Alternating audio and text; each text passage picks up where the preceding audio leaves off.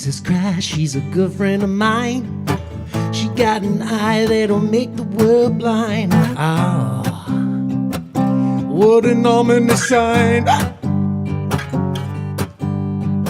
She keeps a gun hidden under her dress, just for fun, for humanness. Ah, it's a touch of divine.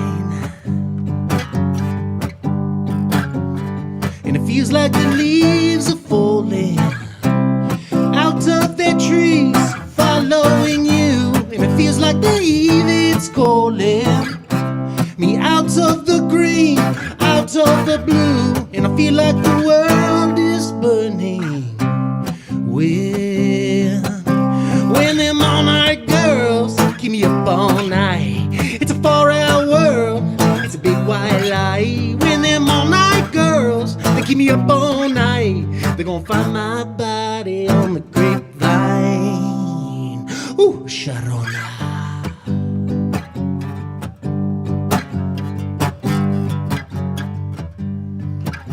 Jesus Christ, she's a good girl to know. She makes the whitest snowflake snow. Alright, it's an obvious flight. She keeps a gun hidden under her dress, just for fun, for humanness. Ah, yeah. Why must I always be so?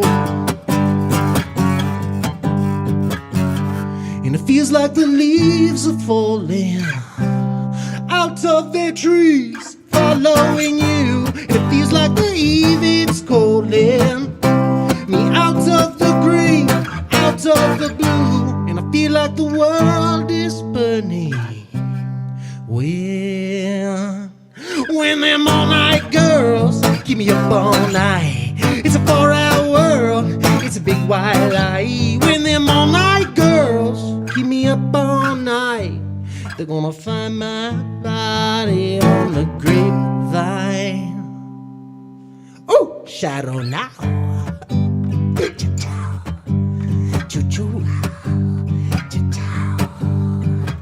I'm gonna marry a bill. You know I always loved you. I always will.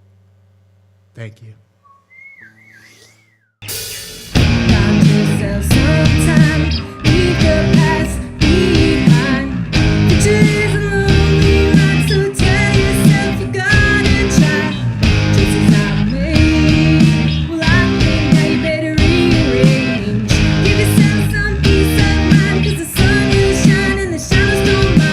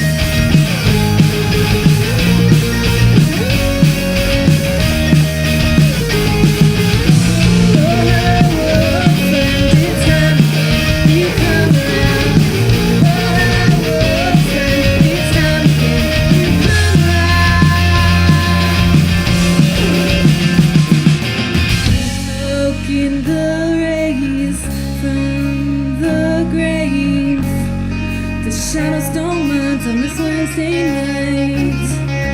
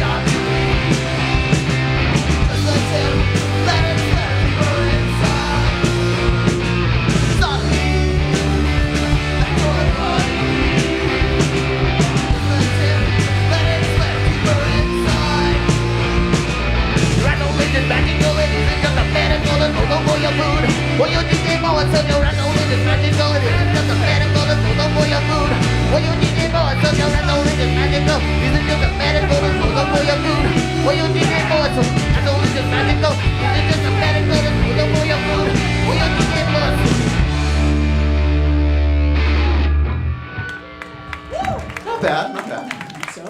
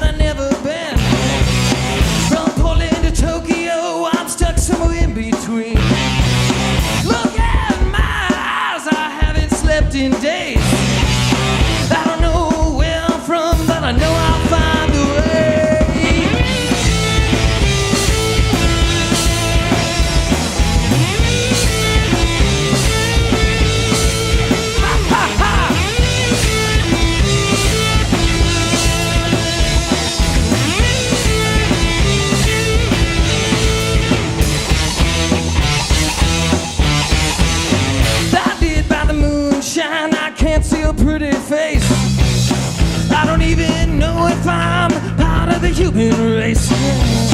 Raise up, look at the sky, take your last breath. Don't matter to me, I'm not afraid of death.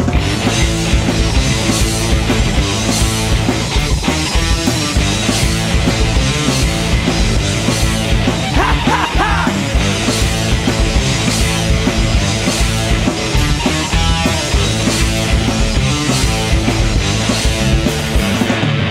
I don't remember where I'm from. I've lost everything I've done. I don't remember where I'm from. Last mistake, no, I'll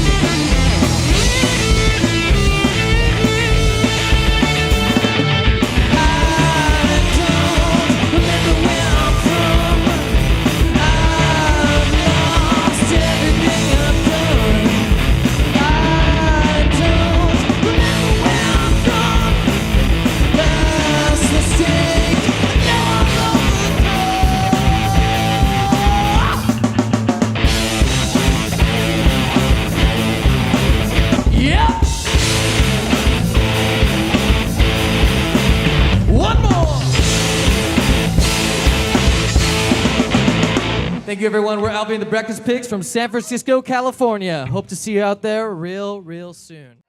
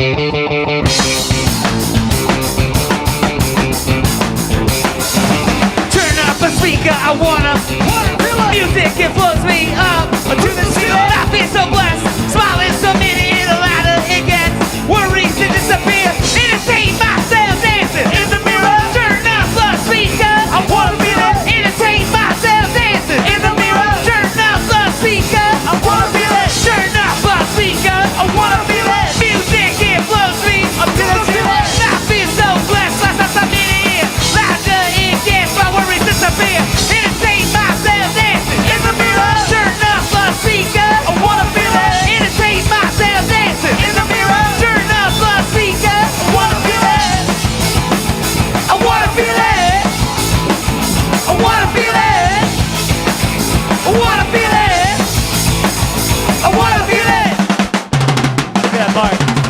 Turn off the speaker. I wanna feel it. Music, it flows me up to the ceiling. Life is so blessed by such a many years. Like the ink gets my worries disappear. Entertain myself dancing in the mirror. Turn off the speaker. I wanna feel it. Entertain myself dancing in the mirror. Turn off the speaker. I wanna feel it.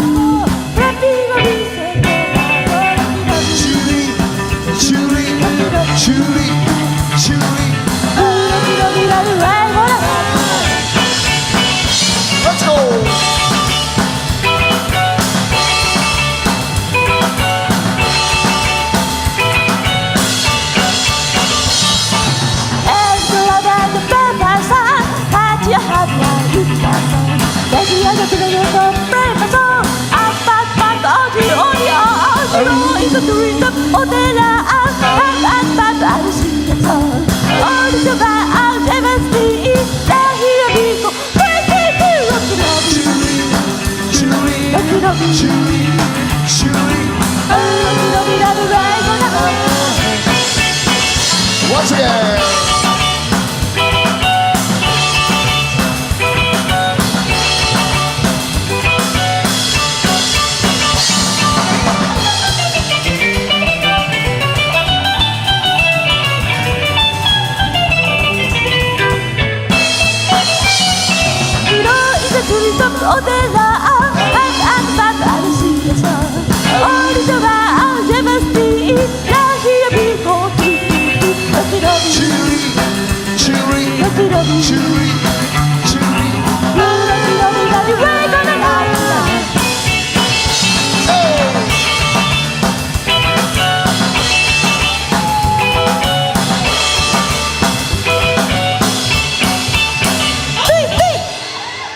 Thank you.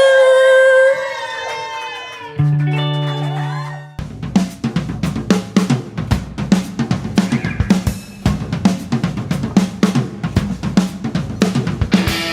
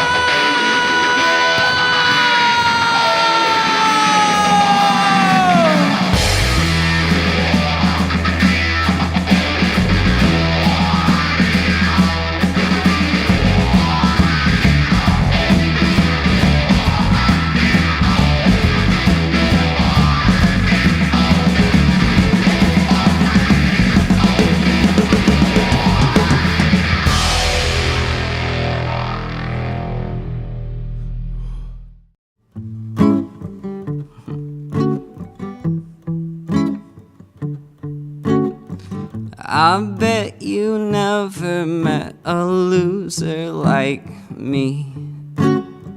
Much more than 20, but still living with mommy. I can't get a job, won't go to school.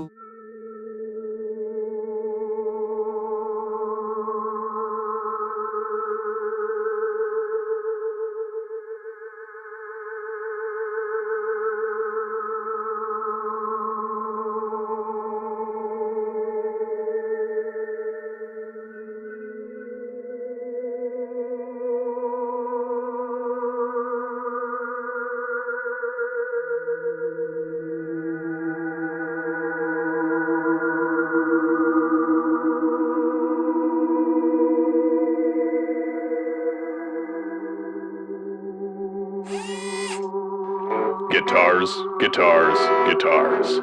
Nothing gets rid of those pandemic blues like a new vintage guitar. Come on down to Real Guitars and get yourself a real guitar. 15 Lafayette Street off Mission in San Francisco.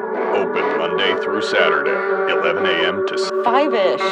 realguitars.com. On Instagram at Real Guitars.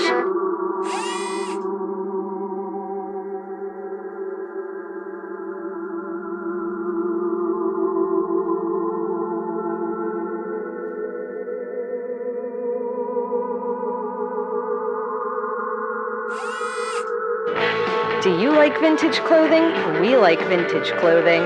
You should buy vintage clothing and stuff here at Heads or Tails. Not sure what to get your friends for their birthdays? Get them some sweet-ass accessories. They have zines for you avid readers and the Bay Area's hottest music. Check out this rack of vintage clothing.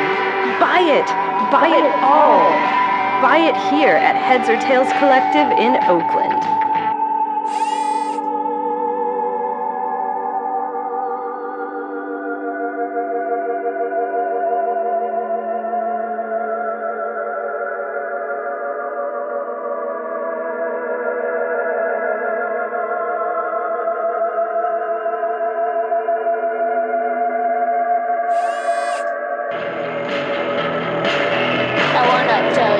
My favorite chicken place. Every time you go, you see a familiar face. When I go, I get my fix. They got fried chicken and drumsticks.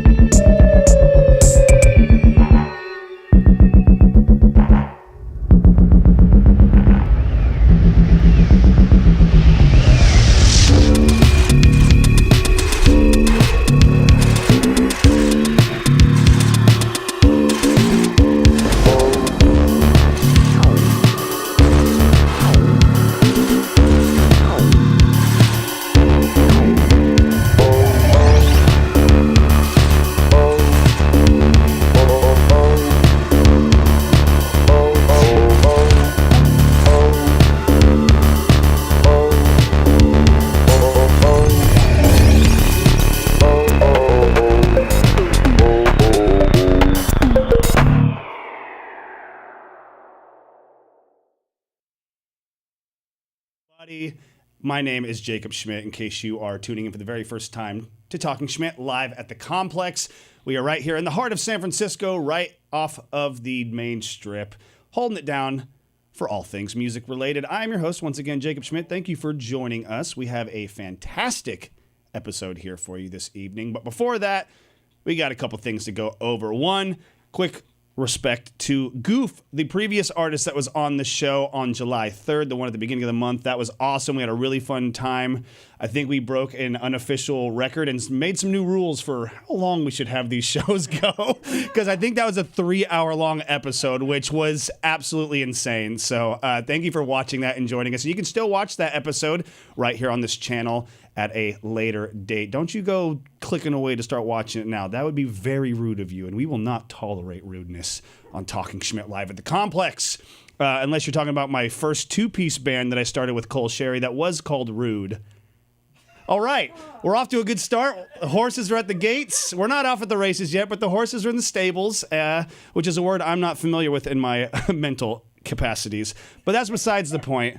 We're having a good time. I like this energy. We're having a fun show so far. We got a great lineup for you here. We're going to talk about our guest here momentarily. But first and foremost, we're going to wrap up. Thank you again, Goof. Go check out Goof the Band on Instagram. They're awesome. They got a lot of good stuff to go check out. And fuck Spotify.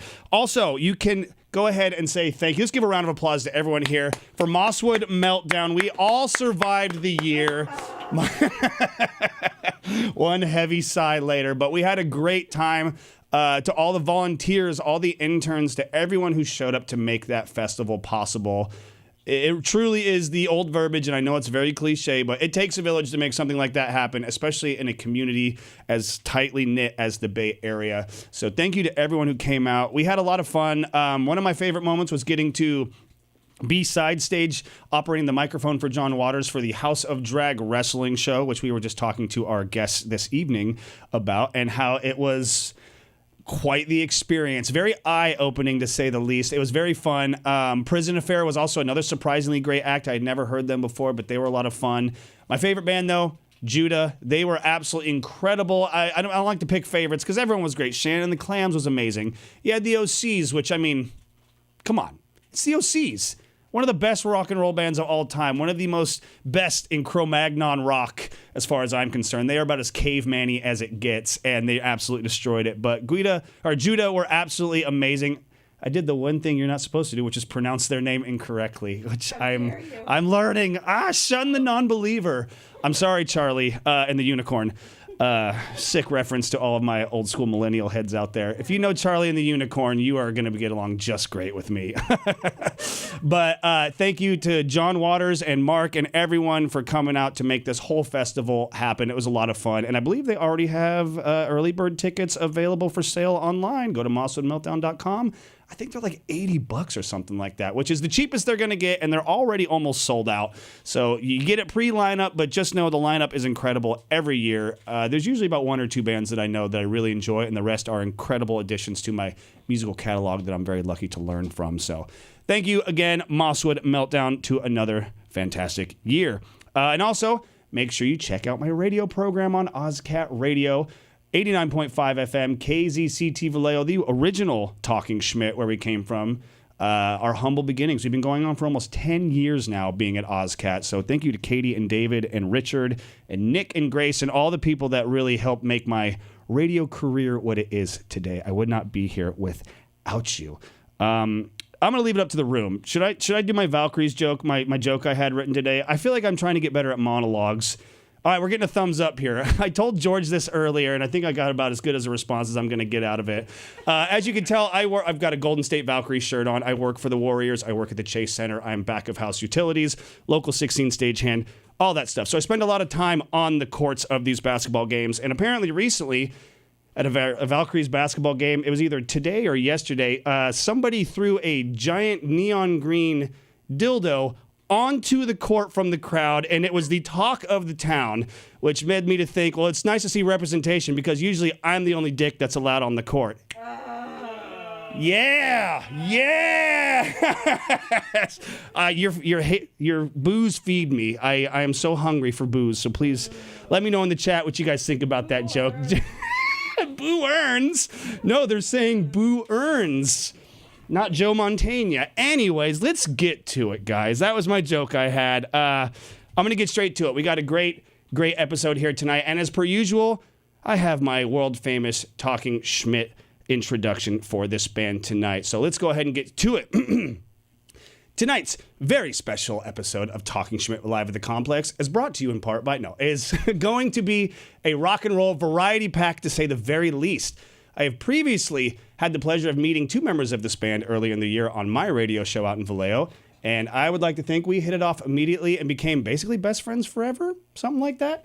Not only are they great musicians, which you will definitely see on display here tonight, but they are just a great hang in general, and honestly, that is an art form that many bands desire to conquer, yet few do, and all should aspire to perform or perfect, in my experience. Like, it's hard to be a good hang backstage, and there's nothing worse than being stuck backstage with a band that's just awful to be around, or maybe even a talk show host that is maybe a little too stoned and maybe a little too eager to talk to you about the undeniable influence that Roy Buchanan's guitar tone and phrasing had on Jeff Beck's guitar playing. Shout out to Rhythm with Rich. But I digress. And while we had a lot of laughs during my last interview with tonight's guest, I look forward to picking up right where we left off last time and keep the good times rolling for you tonight. Also, I personally feel that the phrase alternative rock and roll has been overused and overgeneralized and overly bastardized to the point of no return. But I honestly do believe that this band is a perfect example of what a band can do under the umbrella of things alternative rock and roll. Their debut album, CB Radio, from this year, sounds like an album that was hand-plucked from the mid to late 90s and delivered to the modern era for you to fall in love with all over again like a former lover. Hell, some have even argued that they actually saw this band open for Jane's Addiction at Lollapalooza 97, but I can neither confirm nor deny those accusations at this time. I'm not going to go down that road. I don't know if they're time travelers or not, but I don't want to make them mad if they are. And if they are, please take me with you, please. But we'll get to that later. I can confirm, though, that I've heard a myriad of inspiration strung across their musical stylings, whether intentional or otherwise. For example, go listen to the track Tango off their debut album, a song that gives off a guttural and raw vocal performance akin to one of my favorite quote-unquote alternative bands of all time, the Butthole Surfers. They are absolutely incredible. And not only do they have that raw dog aggression on their vocal delivery, their cornucopia of sound also pulls from bands that rose to fame in the early 2000s for their catchy guitar hooks and ear-yanking intros. Bands like Arctic Monkeys and Franz Ferdinand's angular yet palatable guitar riffs can be heard in the intros and opening riffs on tracks like Crankwave and Doom Loop. Tonight's band is one that is committed to their craft, and I can't wait to have them showcase what they are all about for you in your home tonight and in our studios for us to enjoy. It is my pleasure, my honor, and my contractual obligation as host of the show to happily introduce to you our band for tonight's episode of Talking Schmidt live at the Complex, the one and only CuVa Bimö. Take it away. What up?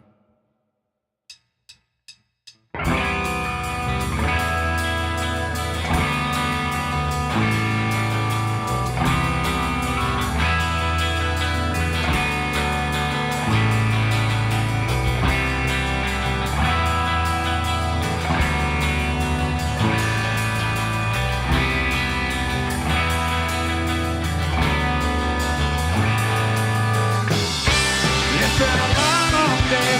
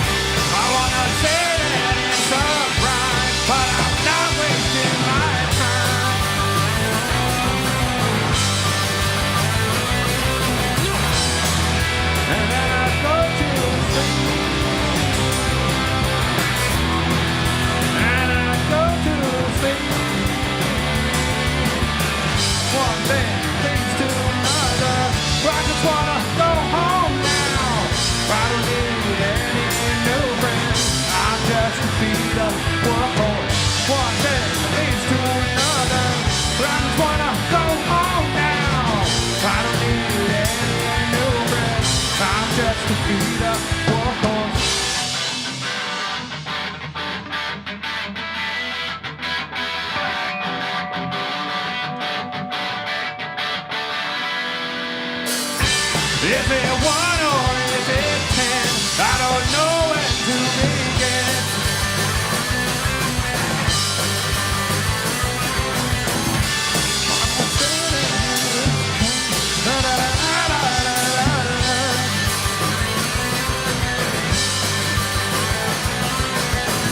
I should be better at learning names. Does it matter anyway?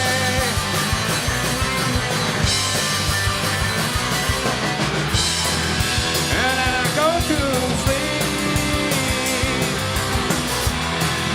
And I go to sleep. One thing leads to another. I just wanna go home now. I don't need any new friends. I'm just a beat up workhorse. One thing leads to another. I just wanna go home now. I don't need any new friends. I'm just a beat up workhorse.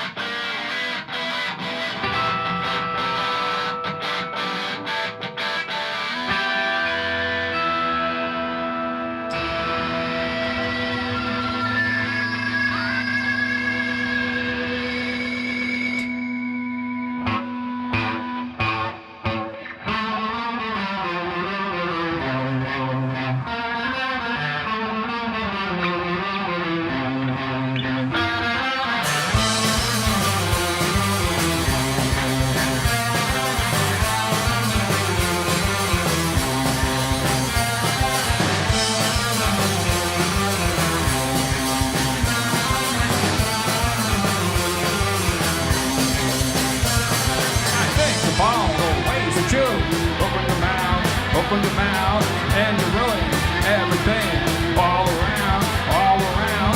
Find your bottle you love and throw you away, throw you away.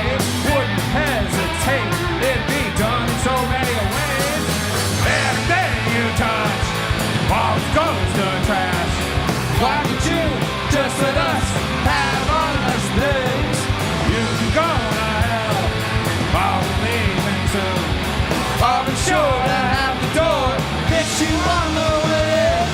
Everything you touch always goes to trash. Why can't you just let us have our nice things? You can go to hell, I'll be leaving soon. I'll be sure to have the door hit you on the way.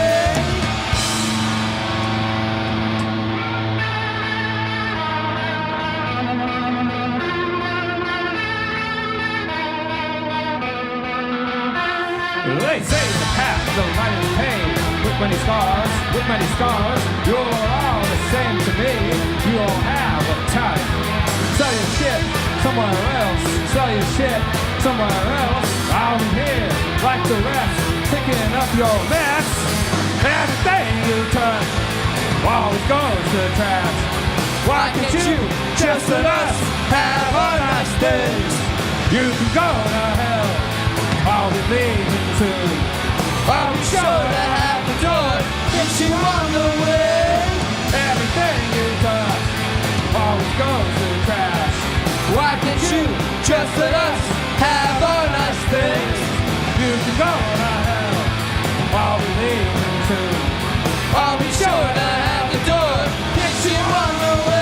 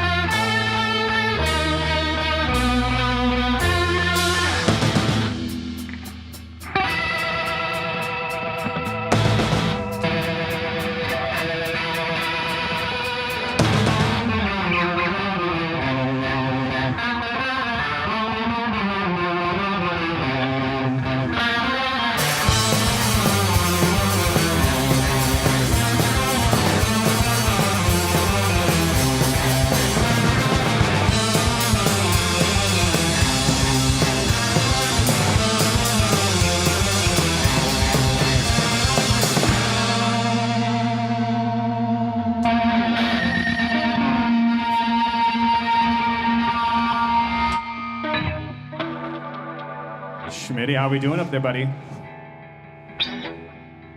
How we sound? Sounding absolutely incredible there. You guys are fantastic. This is CuVa Bimö. Why don't you take a quick second, introduce yourselves while we got y'all up on the stage. We'll start with you, Mr. Front and Center. My name is Pete. I sing and play guitar. Yes, you do. I've actually seen James Addiction in like 98, 97.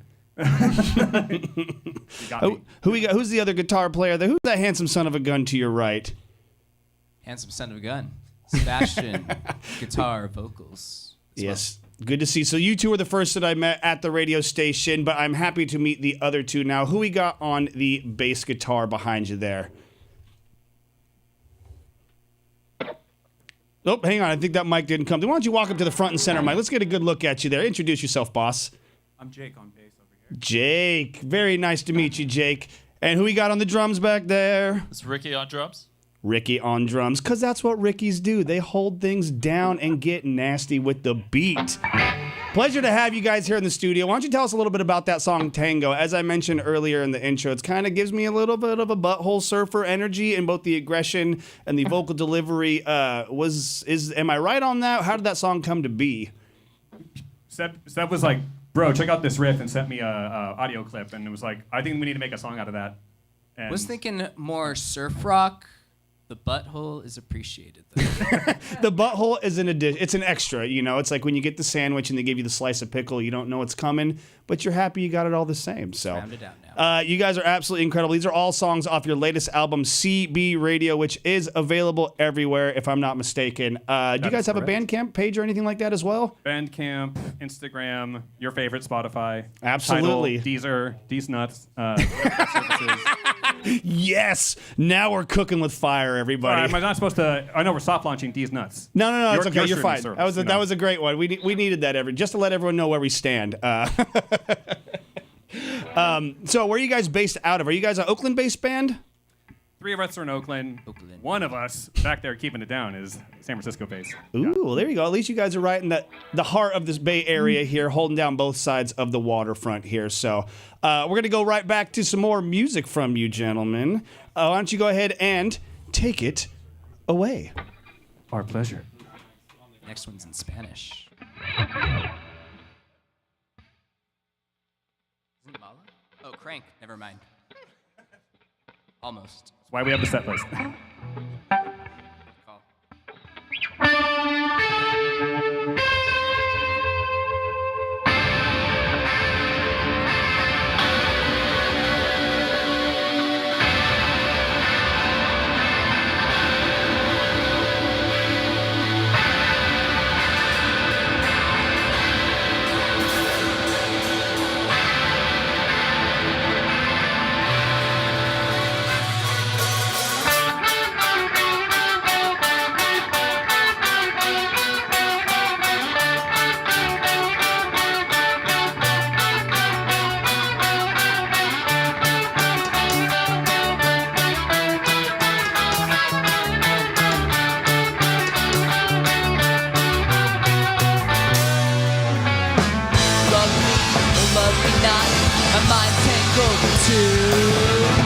Another cycle or another person. Competition is so overrated.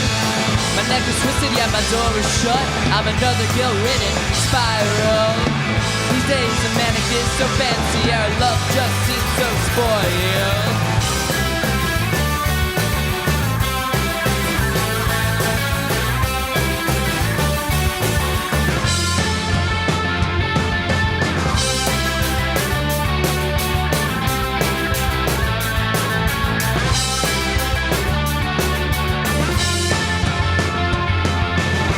I'll figure it out.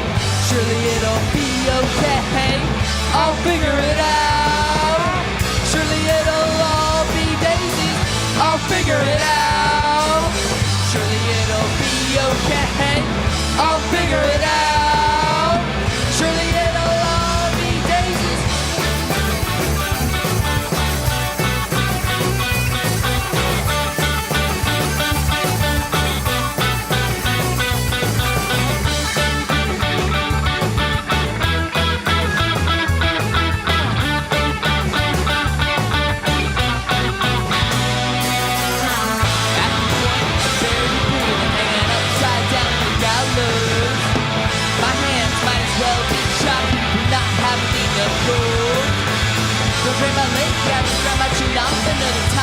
happens to be sacred. Hey now, what's prescribed? The burnt books or the beat burns alive.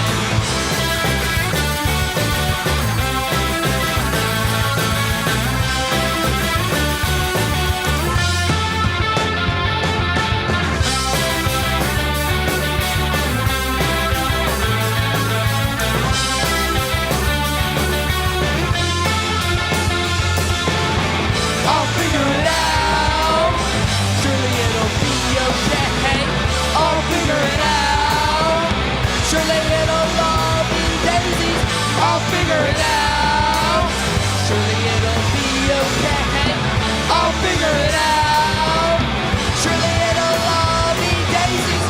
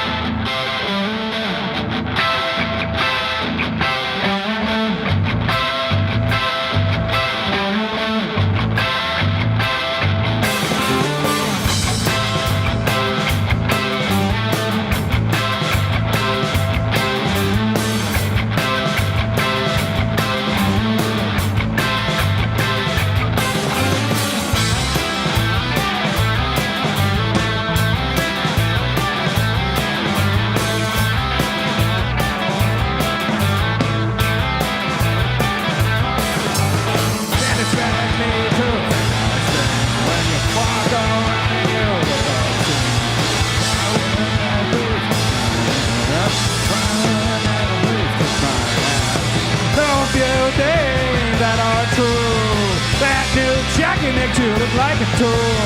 So few things that are true. That new jacket makes you look like a tool.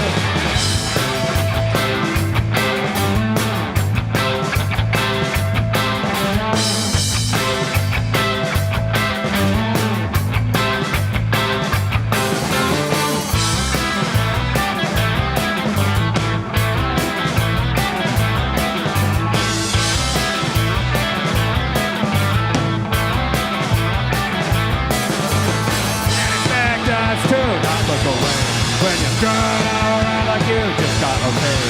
If I'm wearing that, please kick my ass. If I'm wearing that, please kick my ass. No few things that are true.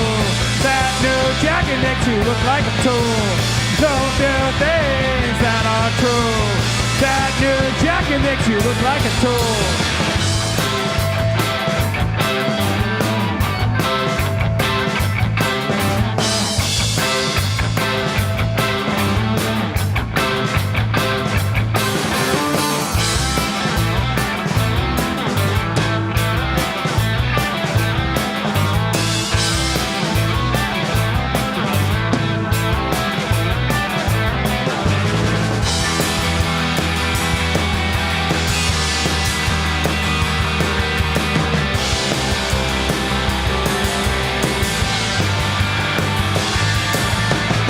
Let me tell you something that you don't want to hear. You look like shit, and it's crystal clear. Let me tell you something that you don't want to hear. You look like shit, and it's crystal clear.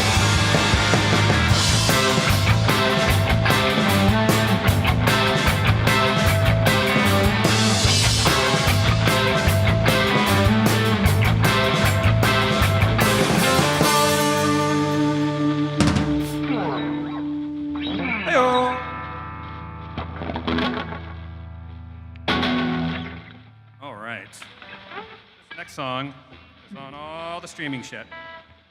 It's called Post Wall.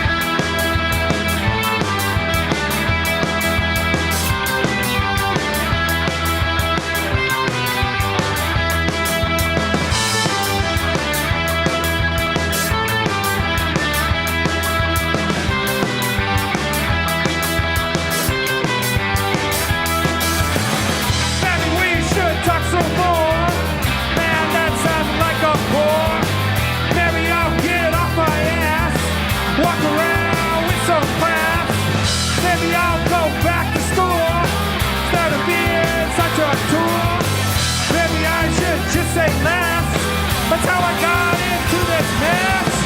And I hit a wall. What can I do? And I hit a wall. What can I do? And I hit a wall. What can I do? And I hit a wall. What can I do?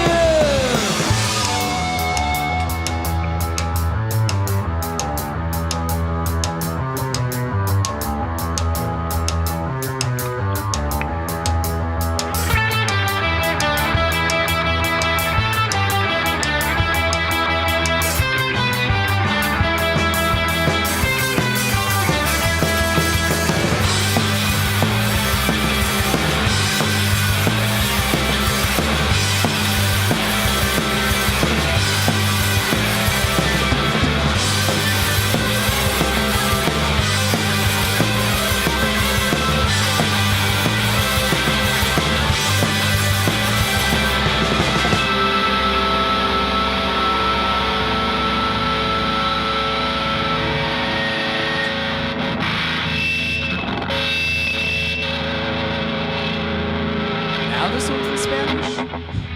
Want to hear a new one? It's not on a record? It's for you, Schmidt.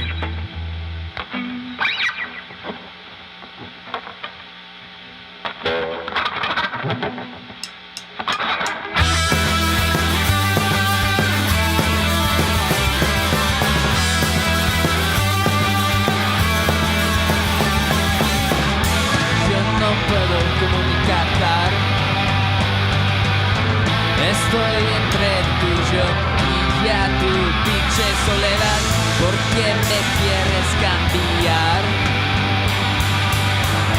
Pero yo quiero el azúcar de tu corazón, mi amor, sangre de tu amor, sueño. Sangre de tu amor es un sueño. Sangre de tu amor es un sueño, cariño. Sangre de tu amor es un sueño, sangre de tu amor es un sueño, sangre de tu amor es un sueño, cariño.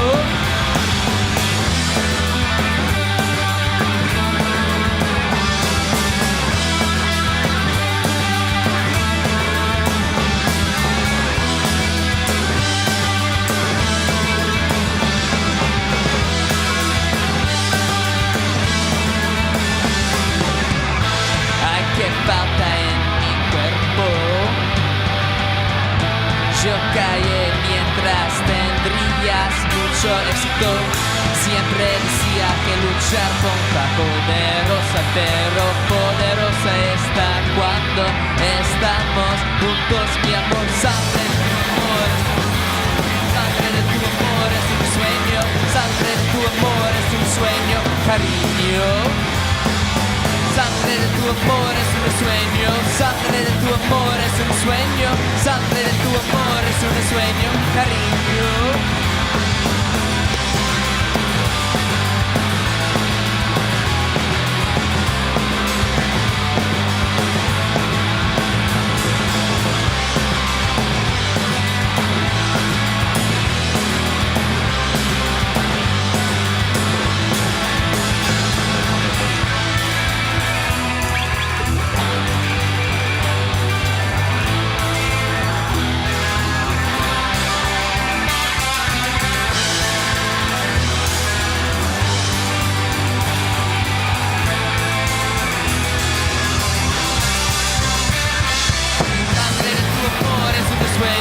Sangre de tu amor es un sueño, sangre de tu amor es un sueño, cariño.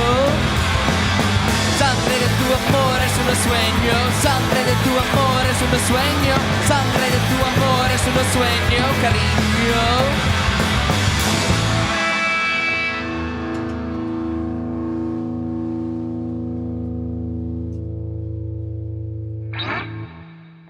As Santana and Rob Thomas tell you, man, that's a hot one. Hey.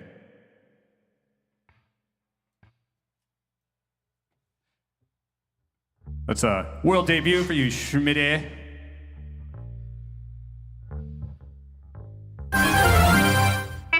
There we go. That was the new single you were just talking about. It is a song entirely written in Spanish. Why don't you tell us a little bit about how that song came to be, Seb?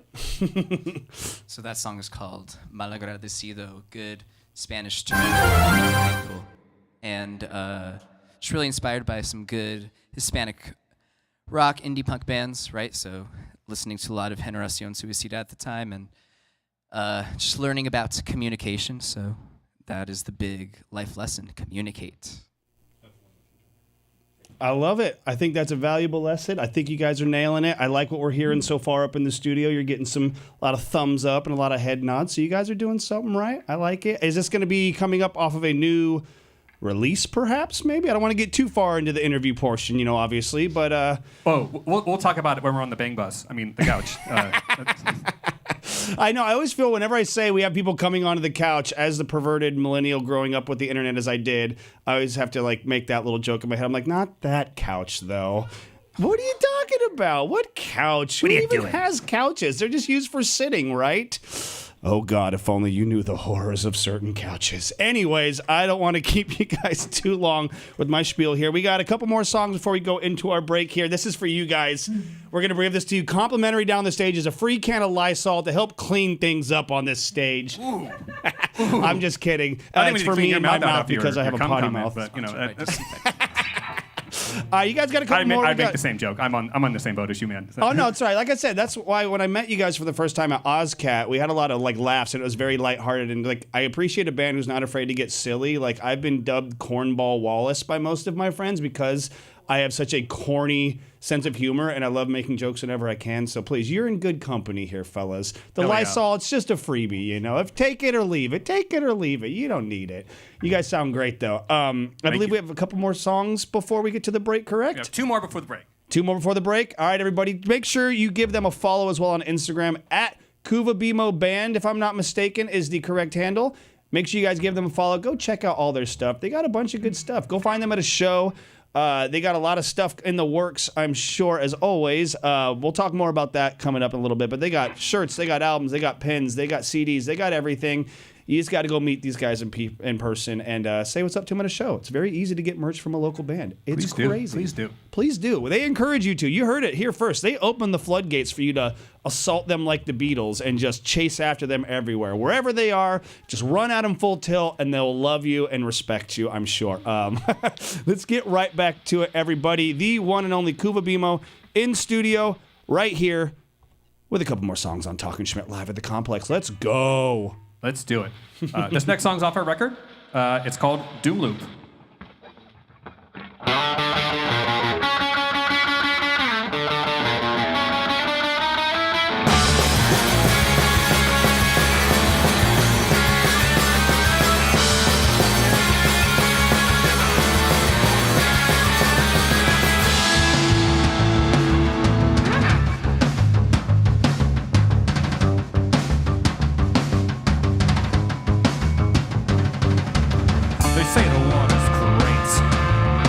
But the rent is high. The food is better here. We all know that. The problems pile up. And I just want to feel sane. I like my car to be safe on the fucking street. Need to fix this. Not some douchey billionaire. Need to fix this. Not some douchey billionaire. Stuck in a loop that never ends. 10 out of 10, don't recommend. Stuck in a loop that never ends. 10 out of 10, don't recommend. Stuck in a loop that never ends. 10 out of 10, don't recommend.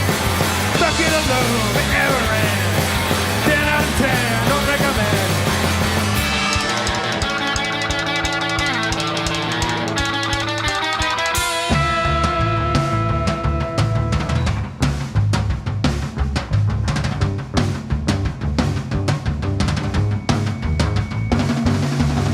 They say the air is great, but the water is rising.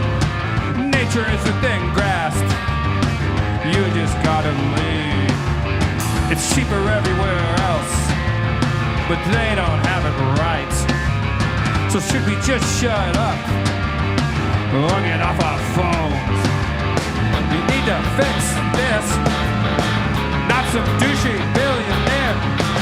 Need to fix this. Not some douchey billionaire. Stuck in a loop, it never ends. 10 out of 10, don't recommend. Stuck in a loop, it never ends. 10 out of 10, don't recommend. Stuck in a loop, it never ends. 10 out of 10, don't recommend. Stuck in a loop, it never ends. 10 out of 10, don't recommend.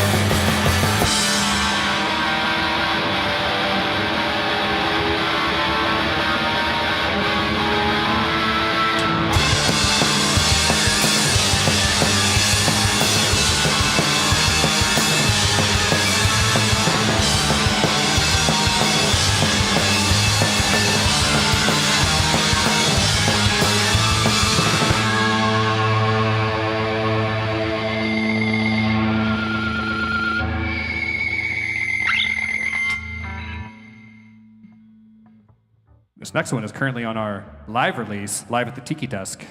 It's called Next. On all the streaming services. Give it a listen. Start us off.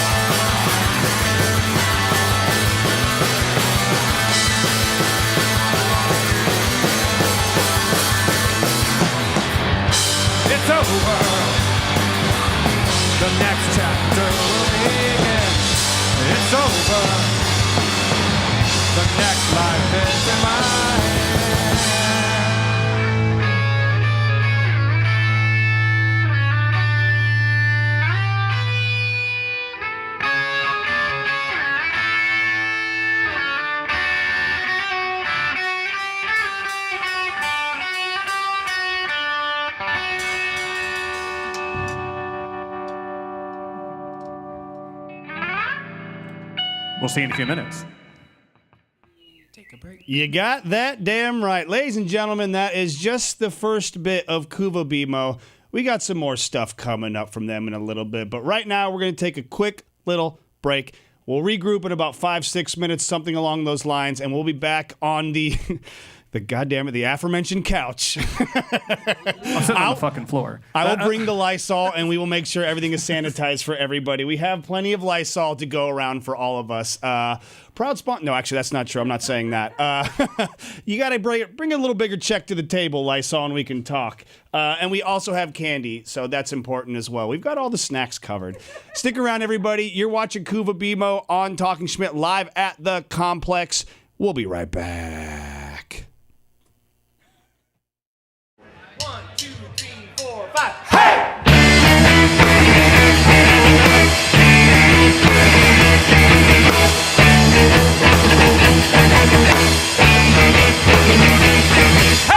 I can paint, I can hammer. Pound your nails flat with a great big hammer. And I always do the best I can. And I'll tell you just who I am. I'm your head shaking, pie baking, lean breaking, earthquaking, handyman.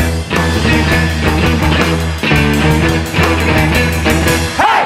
I can cook, I can clean, and I do windows. I'll grease anything you got, all your gizmos. And I always do the best I can, and I'll tell you just who I am. I'm your head shaking, pie baking, leaf breaking, earthquaking, handyman. Well, you can stay in bed all day long. I don't think that's crazy. And you can call me anything you want. Just don't call me lazy. I can build, I can tear, and I can fix them. I'll plant peppers in your yard, and then I'll pick them. And I think it's gonna work out fine, 'cause you got one thing on your mind. I'm your hippie chicken pie baking, leaf breaking, earthquaking, handyman. Handyman. Handyman. Handyman. Hey! Thank you, you're too kind. Hello, my fellow humans, and welcome to the Complex here in beautiful downtown San Francisco. I am your pal, Steve Ward Moore, and this is What's Poppin', the Bay Area's arts and entertainment talk show. Each episode features hilarious and insightful interviews with local Bay Area celebrities. Also, the people behind the scenes of the coolest venues and events happening in the Bay Area. We have a brand new house band that comes in to perform live for us right here and for you at home on your devices. Join us every other Monday, twitch.tv/thecomplexsf. Be a part of the revolution, be a part of the family, and you never know who's gonna stop by the studio over here.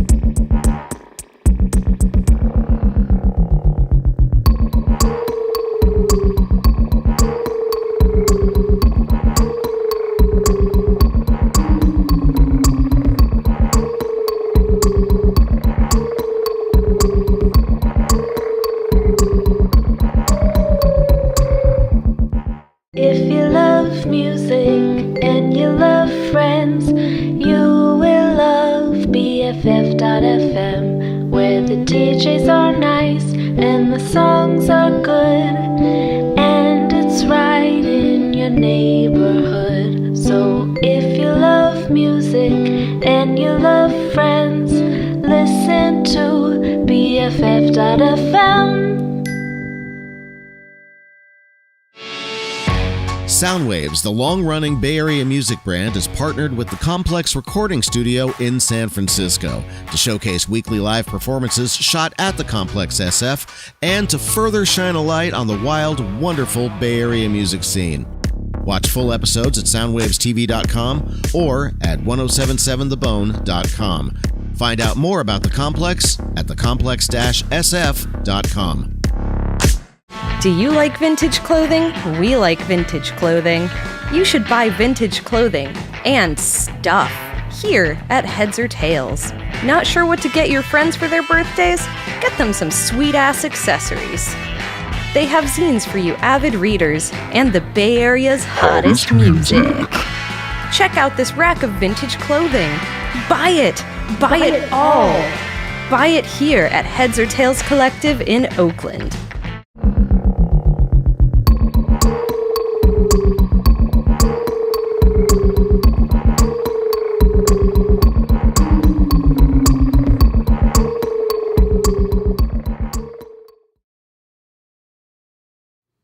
And if you believe it, they brought us back for the second half of the show. Welcome, everybody. Hang on, let me do one of these real quick. Oh, yeah, now we're looking sexy. We're looking fly. We're looking radio friendly. That's what I'm usually used to doing with my talk show at OzCap. But now we are camera ready, and we are joined in studio by, once again, CuVa Bimö, the members of CuVa Bimö. Give yourselves a round of applause for that performance. Yeah, I know it's hard giving yourselves a round of applause. It doesn't really feel well-deserved, but trust me, it is. That was a great set you guys put on for us. Exactly. Make sure let's get those mics, make sure we're all checking in there real quick and they're all working. I think we're looking good. We're sounding good, we're looking good.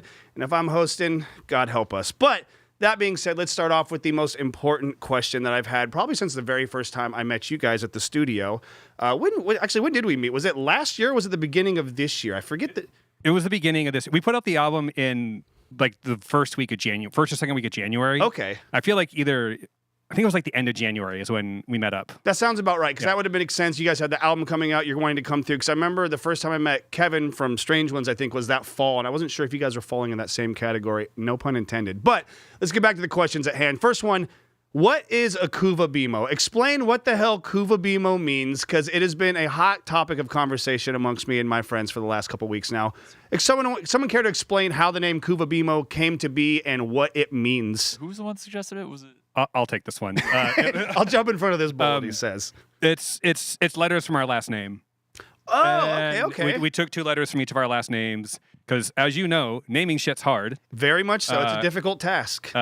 And in addition to the band, I have a son and a dog, and that was, the dog was easy. But by the way, what's the dog name? His name's Arnold. That's a great dog. I like that. It's very formal, but still kind of fun and playful, but he definitely has a character that I could see in my head just hearing his name. It's a name for a dog and the Terminator. You know, exactly. That's it. That's about as far as we got with it. but no, we were, dude, you know what it's like? Trying to name something just sucks and it's hard. And we had a few ideas and that came up, and I feel like it was you. You were just like, "Oh, we have a ring to it," and you went on your phone. You're like, "This is not taken on Spotify." And I think within 30 seconds, we're like, "Oh, that's the band name." Yeah, that's a very easy to track or easy decision maker. Has anyone else already taken it yet? No, sold. We're going for it. We're keeping it there. What were some of the other? Begrudged. Oh no, it's already there's 12 of them. You have no idea. Being a band, we tried to name our first band that was Overland. We were going to be called Stagecoach, and there was 5 other bands with that name, and they were all country bands, and we were a rock and roll band. So even if they had found us thinking we were going to be a country band, we were just going to let people down. So luckily we went with Overland and let people down in that category, which was much more palatable, I guess.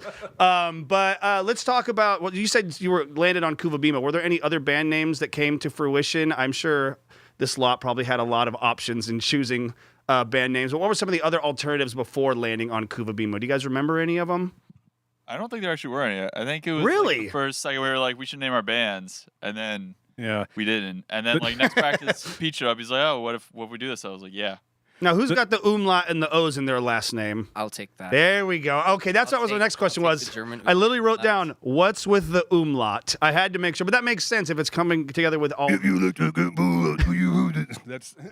that's your. Is that the umlaut, like the voice of the umlaut now? That's the R.I.P. Lemmy. That's Motorhead. Okay. Obviously, that's what it was.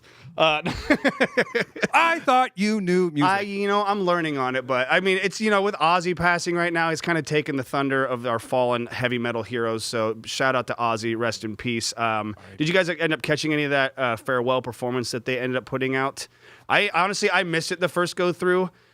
I watched all illegal streams on YouTube. It's like because they were charging. I was like, oh, I kind of want to watch it, and it was like $30. And like, Yeah, love that's you, a Ozzy, bit but much. fuck you. No, No, exactly. It's like I'm not fucking paying $30 to sit here and stream a live concert of a bunch of people just playing find metal. Sergey's streaming garage, Yeah. on YouTube. It's like, oh look, all of it, Exactly, and that's plus you knew there was going to be tons of clips coming out on social media afterwards, so it's like you're not missing anything. And I feel like most people saw a lot of the highlights, but.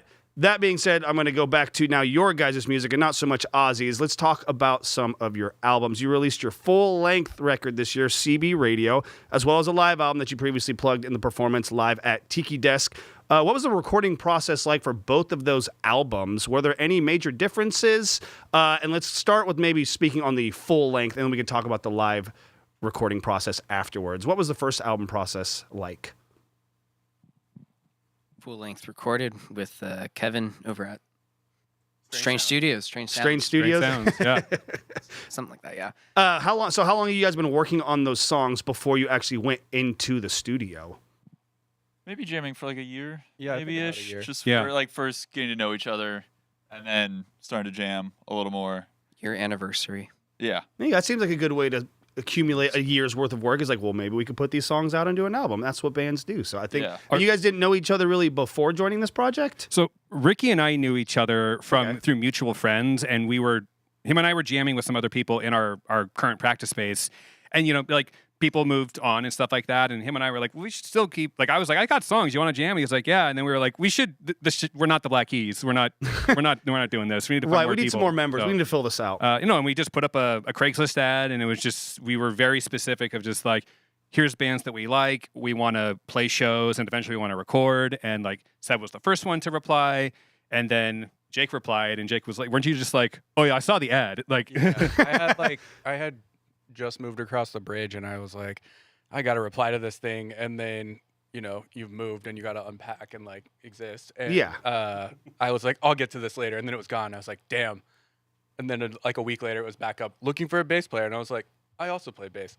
Well, I also dabble in the 4-string mastery, so it sounds like it was just like perfectly timing. Like you said, you maybe want to do it a little bit sooner, but life gets in the way of being a musician. That is probably the hardest thing about being a musician sometimes, is navigating life and then coming back to the music. But for all of us here, and for yourself as well, luckily, everything worked out, and you guys are now officially the CuVa Bimö project. So you guys started in 2024, so you guys have been a band for about a year and a half now? 2023, okay, and then you started coming together now and putting us together. I think, what would you say is the biggest difference between recording the full-length album and your live recording album? Was there any memorable things that might stick out and how they were very different from one another? The very sad part about it was, so one, it was like, it was a cold night in February, but it was like, JW Blunt, he at Tiki Desk, or at Bernal Heights Radio was like, do you want to come do a Tiki Desk concert? And we're like, let's do it.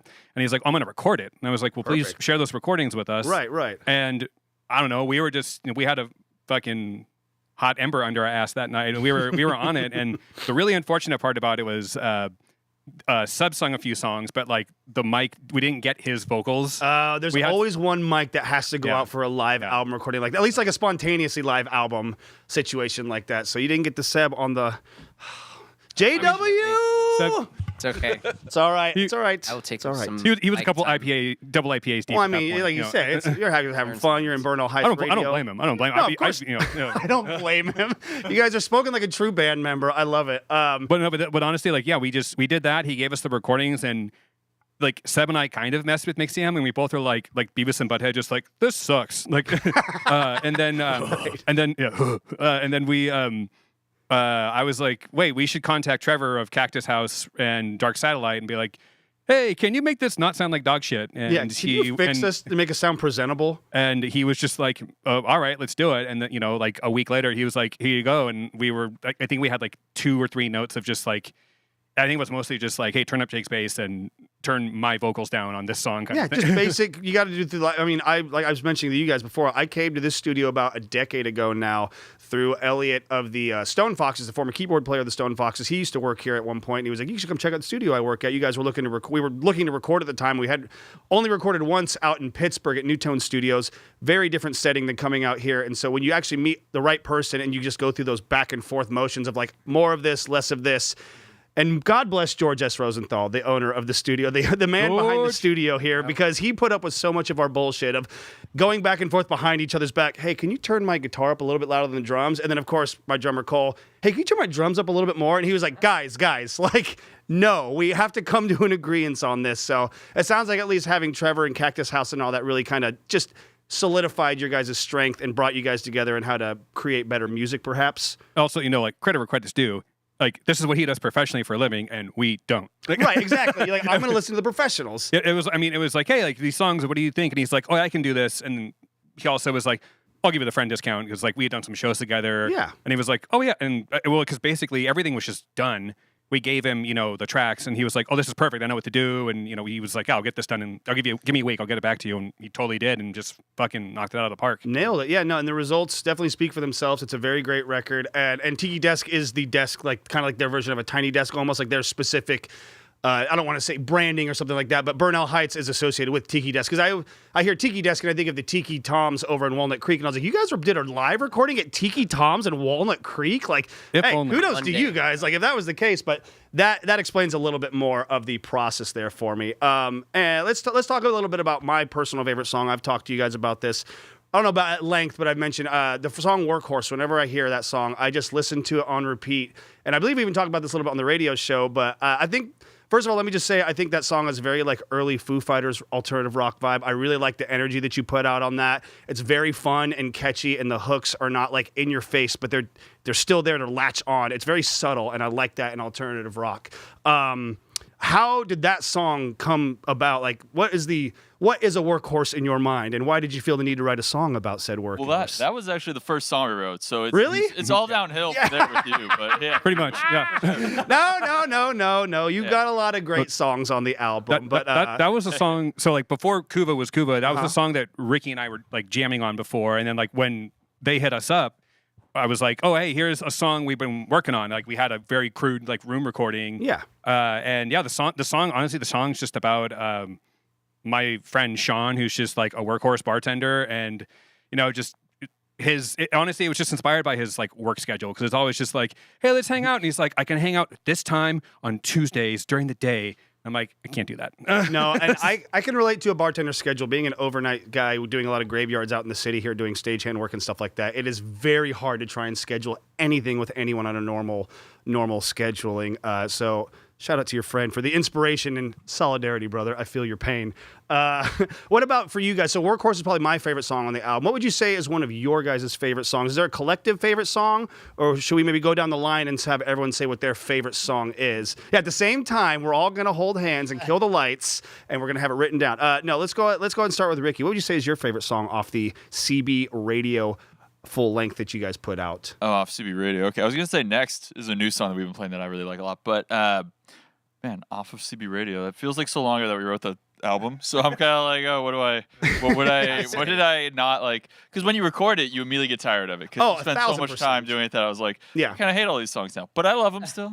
No, of course, exactly. Like, when you're going through the editing process, you're like, if I hear a mix of this one more time, I'm going to punch the nearest person to me, and I will take a step to the side. So exactly. Probably Waiting, which is like, I think the first song, well, the second song, because we have like a little intro before that. The song Waiting that we have. You mean Wasting Time? No, I'm gonna call it Waiting. Okay. Yeah, that's like in my head what it was called one time, and so I always just think of it like that. Yeah. Absolutely. Seb, what do you say? What would you say is your favorite song off the album that you guys came up with?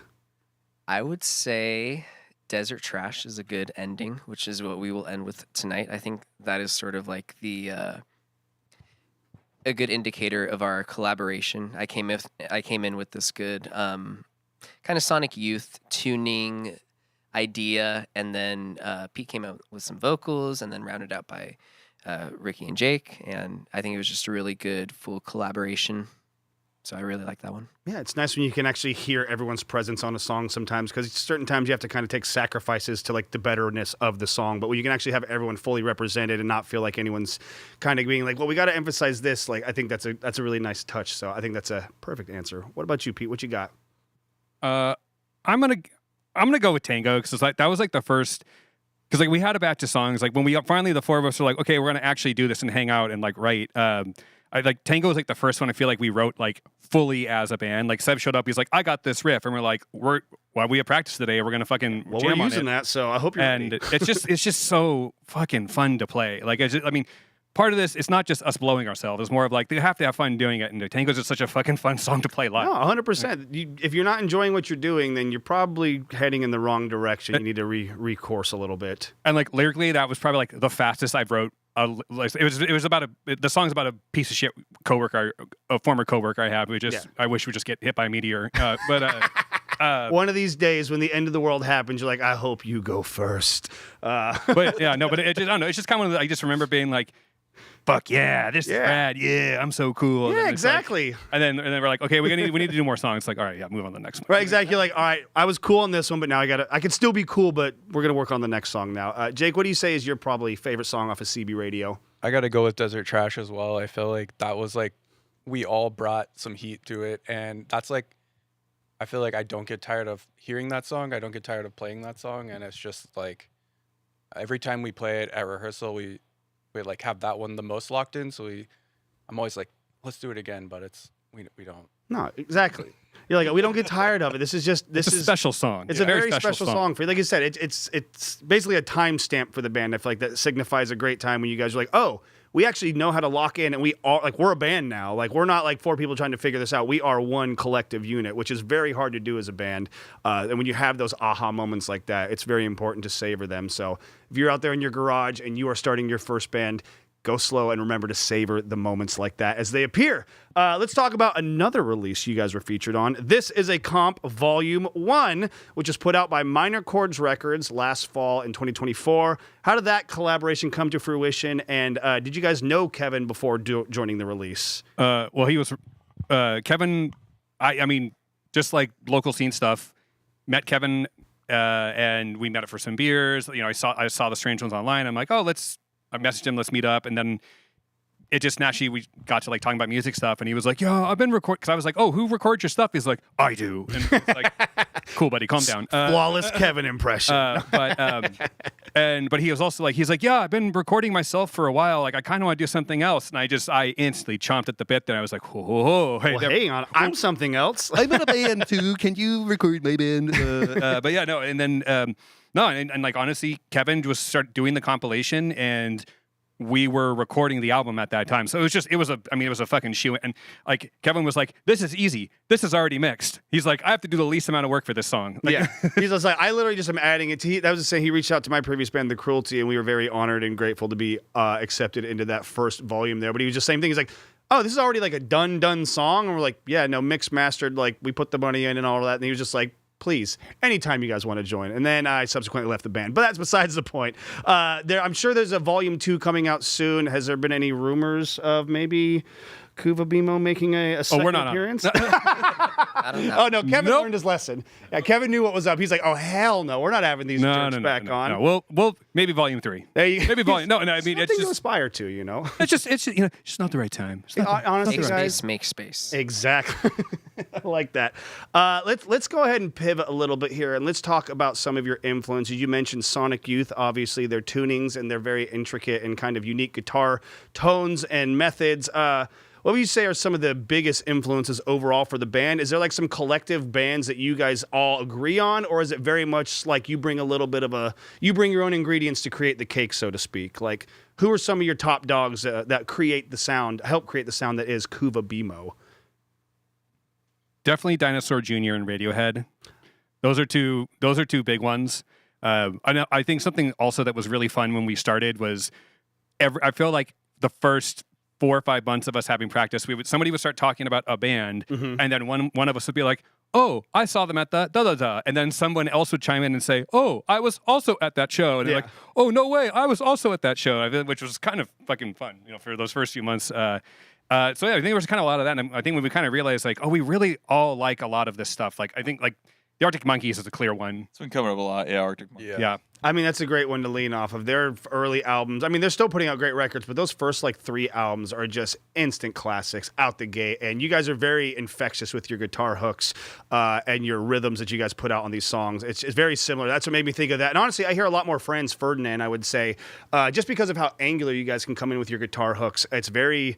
Love our angular post-punk. Exactly. That's what Gang it is. of Four. That's all it is, just post-punk. But I love the term angular guitar riffs. It makes me Angular sound... is a good buzzword. Please, feel free. That one, the first one's free. After that, I charge by the word. But that one's on the house. But I think Franz Ferdinand and Arctic Monkeys, those are guys, maybe not Franz Ferdinand so much, but Arctic Monkeys has really been taking the way for your guys' sound.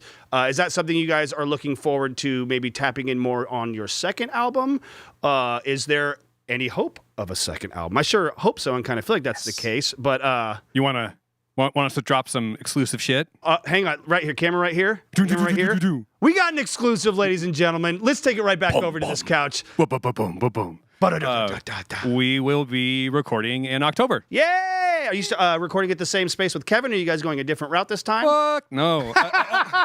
No. We love Kevin. Of course. No. We're gonna record with Trevor of Cactus House and Dark Satellite. So yeah, no, we've been trying something different. You know, like the experience with Kevin was great, but it's like, you know, variety, the spice of life. Oh, and, absolutely.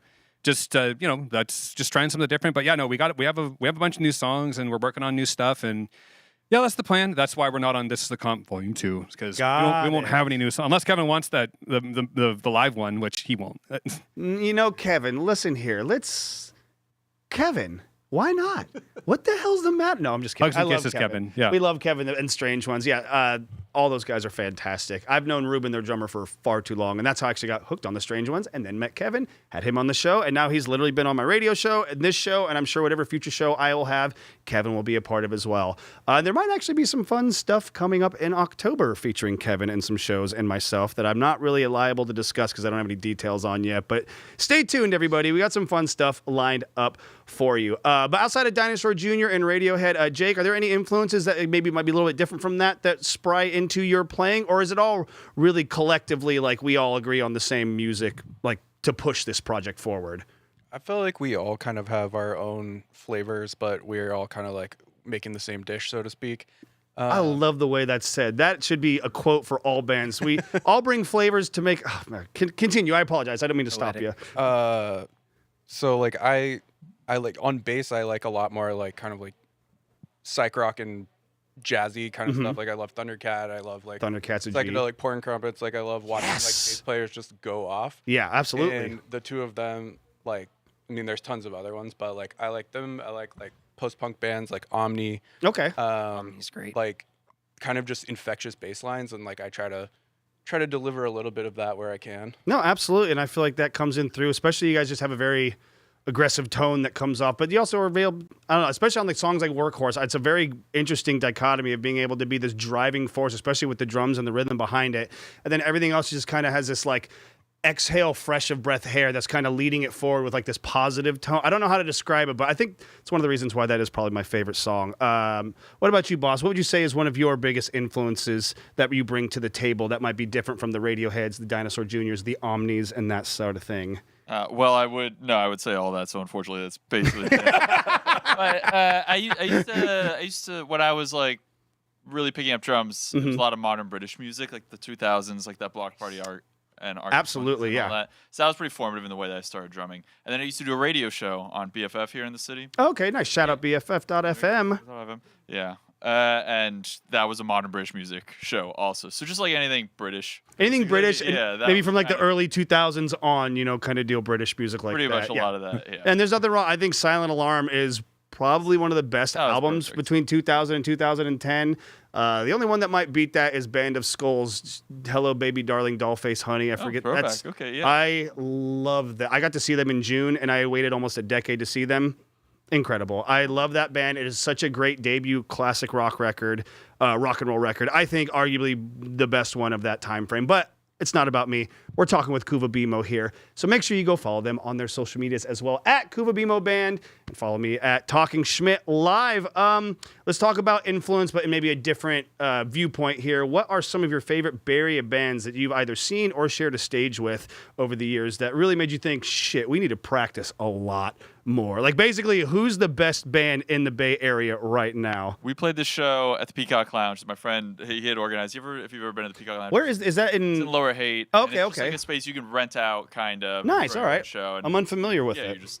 The money's all on you. If you can't bring it in. Fair enough. We played with this local band called Crop Top, if you've heard of them. I've heard the name, but I haven't actually heard their music pop up lately. I don't think I have, at least. Yeah. They fucking rule. It was amazing. I was so glad that we played before them because I was like, all right, I don't want to deal with it. But yeah, they were harmonizing, and like their songs were catchy and everything. And I'd seen them once before, so I knew we had to go on before them. Yeah, exactly. You had the forethought of being like, I've seen these guys. I'm not trying to clean up after them. We'll go ahead and set the stage for them, and then they can come on and knock it down for you. But although I do feel like sometimes going on after a bigger, or not a bigger band, but like a band that impresses you like that, it really can feed you to be like, okay, we're going to put on a hell of a fucking show tonight. At least that was always kind of our friendly competition we had with the bands growing up in my scene. Do you think that that's still a relative thing as the friendly competition, or has it gotten a little more cutthroat over the years being a band? Are you very happy to, like you said, maybe you wanted to go on before this band was probably the safer bet, but do you think there's still benefits of having bands go on before you to just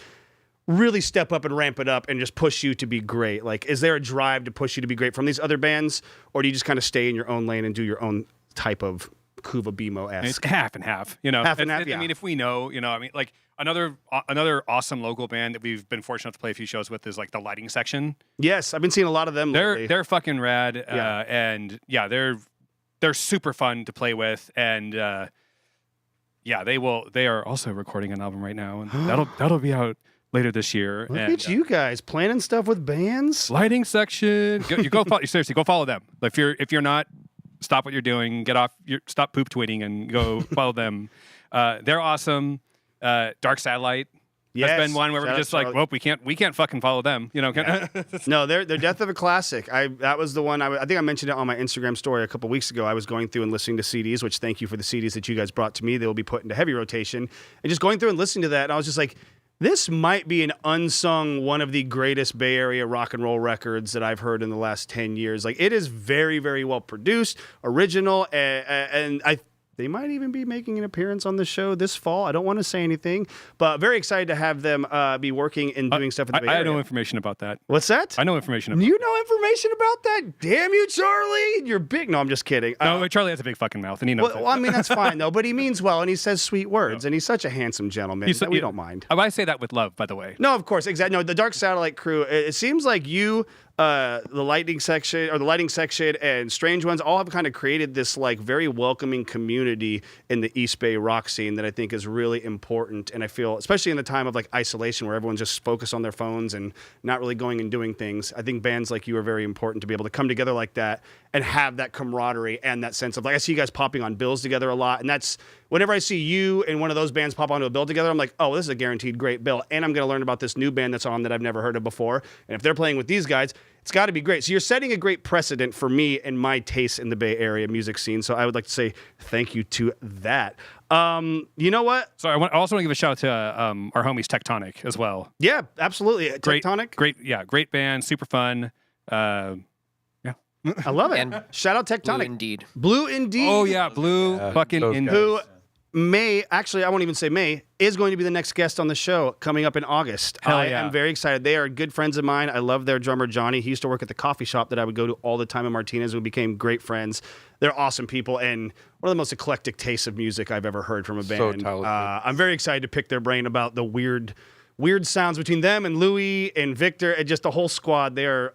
Make sure to give them shit about how many pedals are on the pedal boards. No. We do not pedal. We do not gear shame here. No gear shaming or kink shaming. That's my rule. At least. It's impressive. Let me put it that way. I was like the first time I played a show with them, I looked down and I was like, holy shit. And then they used all. I was like, they're not going to use all of them. And I was like, and they used all of them. I was like, Well, Pete, you were wrong. Yeah, no, Louis is a freaking sonic wizard, that guy. The tones he makes, and not just because he wears a literal wizard hat half the time when he's playing on stage, which I love him. I love him to death. They're such a fun band, and every time I've seen them, they have been absolutely incredible. Speaking about Actually, I have no segue for this, so I'm just going to go straight into it. This Day in Music. It is a segment I used to do on my talk show on OzCat a lot. I haven't been doing it so much lately because I do it on this show now, but I take a day from music history, which is July 30th, and we have a question, and we kind of talk about it for a second. So let's get into it. July 30th, 2016, so not that long ago. On this day, Third Man Records, a label owned by former White Stripes singer and guitarist Jack White, celebrated their 7th anniversary by launching a specially engineered turntable into outer space. Propelled via a high-altitude balloon, the Icarus craft, as it was dubbed, played the very first vinyl record in space. Fittingly, the 45 RPM single, A Glorious Dawn, was a musical collaboration between scientist Carl Sagan and composer John D. Boswell. We're going to start with Jake on this one, and then we're going to work down the couch towards me. If you were tasked with choosing one album and one album alone to send into space that you would like to represent all of humanity, no pressure, what album would you pick? And you can, if you got a couple, you can name one or two. You know, it doesn't have to be hard and set in stone. But if you were going to send a record into space, what record would you like to have played for our alien overlords? It's such a complicated question because I feel like when you're describing, I don't know, I could go way too deep on it, and I don't. You know, it's a tough, it's a hard vein to tap into. But we'll just ballpark it here. What would you say would be a good record that you think that more people should hear of, that you would love to blast into outer space?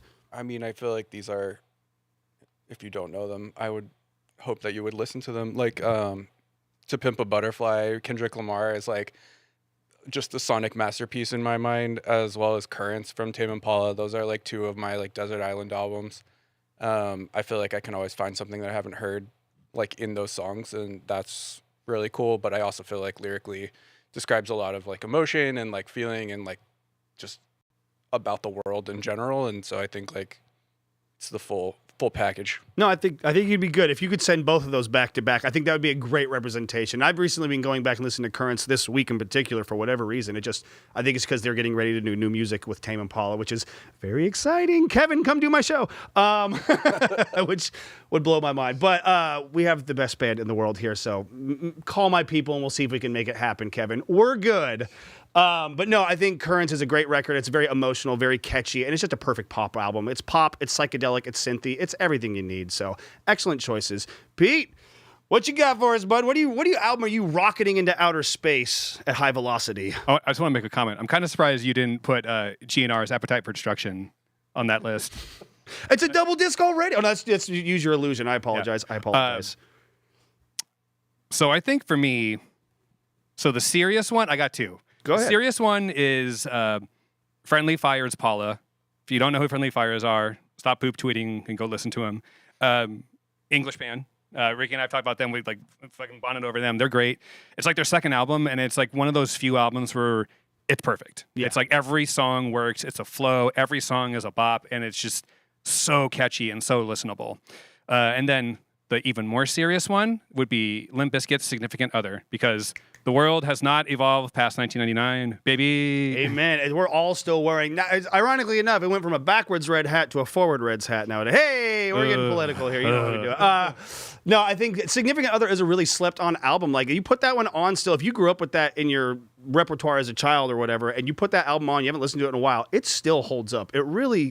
It's not a bad record. I'm not going to lie. I don't want to defend Limp Bizkit because Lord knows they don't need me to, but Significant Other, and then the follow-up, which is arguably the greatest or worst titled album of all time. We were talking about this in the car right really? over. Oh, yeah. has some good wrestling, some songs that were in WWE. Yeah, absolutely. They definitely bring an energy, an essence, so to speak, with their music. And then you watch what happened at Woodstock, and you're like, oh, that essence can be used for evil as well. Good to know. Look, they're pieces of shit, but they're fun pieces of shit. Okay, but they're our pieces of shit that we grew up with. They break stuff. Yeah, exactly. They do break stuff, and they get real mad, and they have a chainsaw. They'll skin your ass raw. You know it, brother. You know they will. Excellent choices there. What about you, Seb? What record would you like to send into outer space via Third Man Records style? Whenever I'm thinking of outer space, I got to give my man Sun Ra a little nice. Space is Very the Place nice. Reference for those who love some good jazz. But we're not really a jazz band, although we love our jazz influences. I love my Fugazi, so I'm going to give probably 13 songs or Repeater up there. Or one of my good Hispanic bands, Margaritas Podridas. Ooh, okay. I'm going to give their self-titled. Self-titled. There. Get a nice little Latin flair in there to let the aliens know that there's not just these mayo-ass white people running around. We got all sorts of cultures going on there. And there's a lot of good... I've seen a lot of Hispanic and like Bondi music coming through the Chase Center. Most incredible performances I've ever seen. They are just top shelf, and they are putting on such a show, not only musically, but with the stage and the dancing. And they put on a hell of a performance. So I think that's a good representation of planet Earth as a whole. I'll give you both of those. What about you, Mr. Sir? What you got for us? Well, aside from CB Radio, naturally. Come on, I was waiting for one of it. Come on, guys. Thing to get the Bandcamp numbers up. But I mean, I'm wearing your damn shirt. It's got to be. Yeah. Thank you. Nice shirt. Nice shirt. Thank you. Oh, thank you. I got it from some pretty sweet dudes. But outside of CB Radio, of course. I think of my favorite records like Silent Alarm or Crooked Rain. Pavement, comes up. But I think it'd be funny to send like the first Clips record up. Yeah.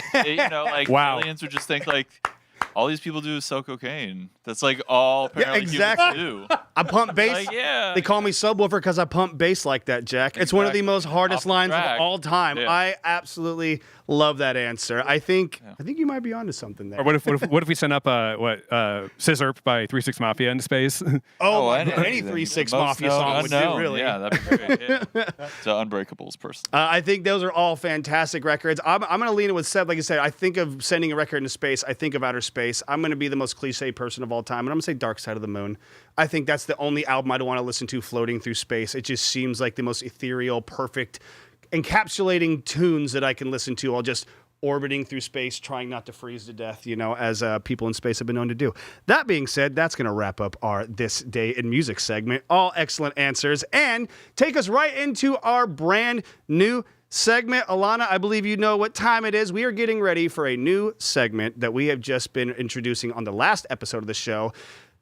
The Beat of Diablo is a radio program out in the East Bay. Dave Hughes is the sole proprietor of the Beat of Diablo. He is incredible for what he does to the Bay Area music scene, especially for local artists like CuVa Bimö. So we brought Dave into our fold, and he's now in cahoots with us here at Talking Schmidt at the Complex. And we have a little segment that we like to call Dave Has a Question. And I'm going to have a follow-up to this because I'm not even going to spoil it. Dave, take it away. Take it away, Dave. Hey guys, Dave here from the Beat of Diablo. I was listening to CV Radio the other day and I couldn't help but notice, probably for the first time, how much perceived influence, I have no idea what actually drives you to make the music you make, but I'm hearing a lot of Fugazi, or particularly like early Fugazi, on some of these tracks. And I was kind of curious what your influences were, but that's not my question today. My question for you is very simple, and it goes to each band member. Real quick, poo-poo or pee-pee?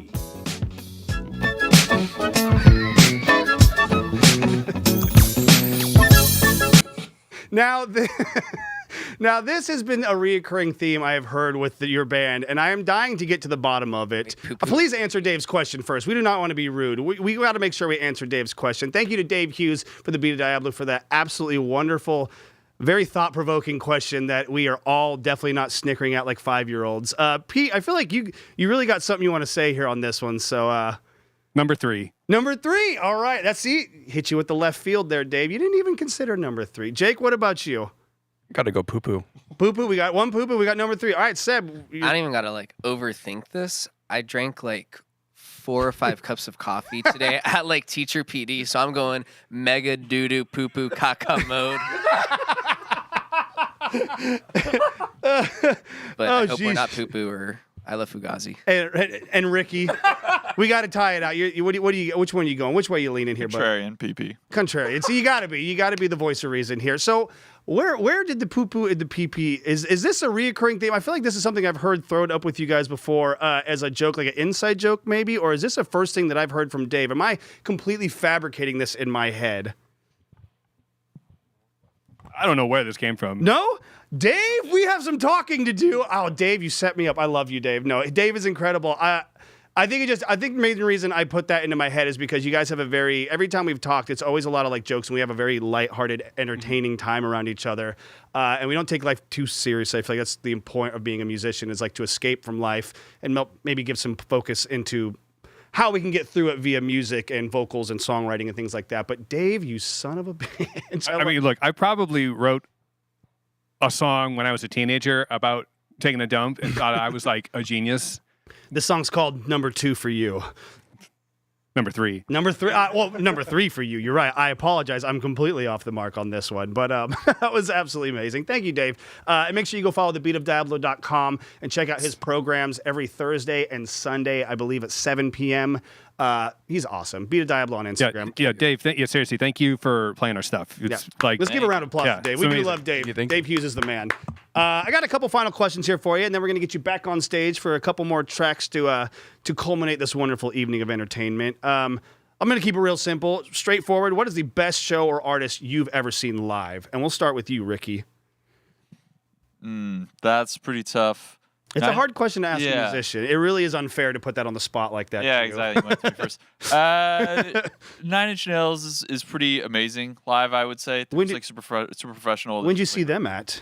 I've seen them a few times. I saw them at the Bill Graham once. Saw them in Portugal once.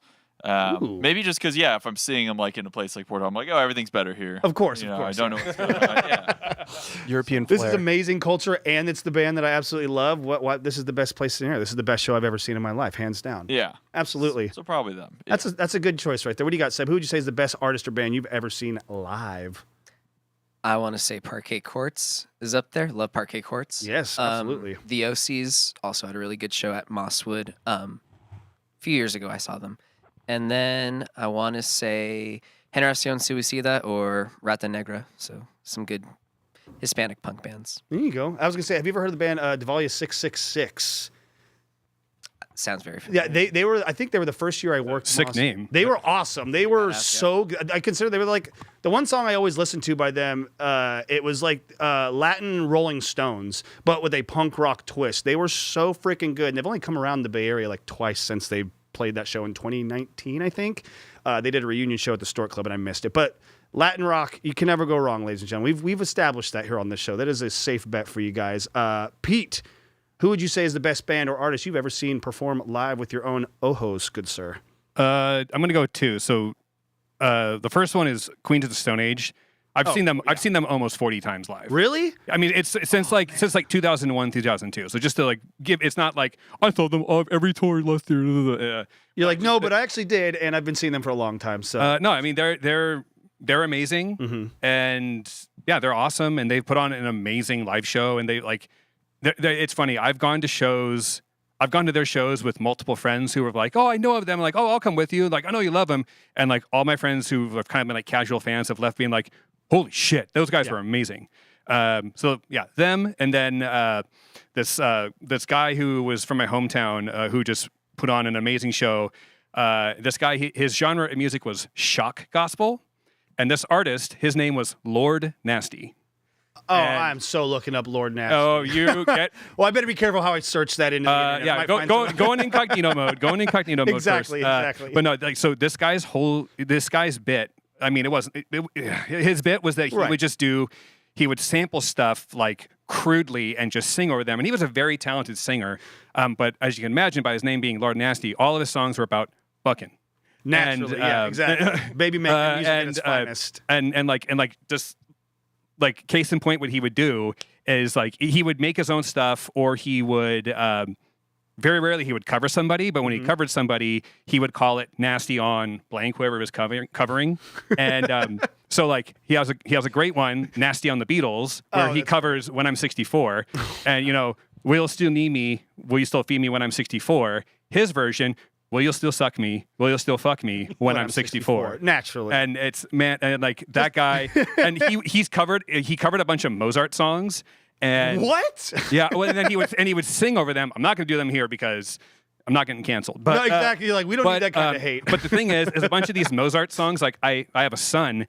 And these Mozart songs are on these toys that my kid plays with. Right. And they come and like the song will start playing and the Lord Nasty song will start playing in my head. And I'm just like, fuck. And I have I have a few other friends who are also aware of this guy, and I'm like, my kid has this toy, and one of the songs is Nasty Ann Mozart #2. And my buddy's just like, I have the same toy, and yes, I know exactly. I had the same thing, or Nasty song go in my head. Yeah, that's amazing. Lord Nasty. If you are out there, Lord Nasty, please send me a DM at Talking Schmidt Live. I would love to interview you. I have his whole discography. I will share it with you later. Please do. Yes, I'm looking forward to that link.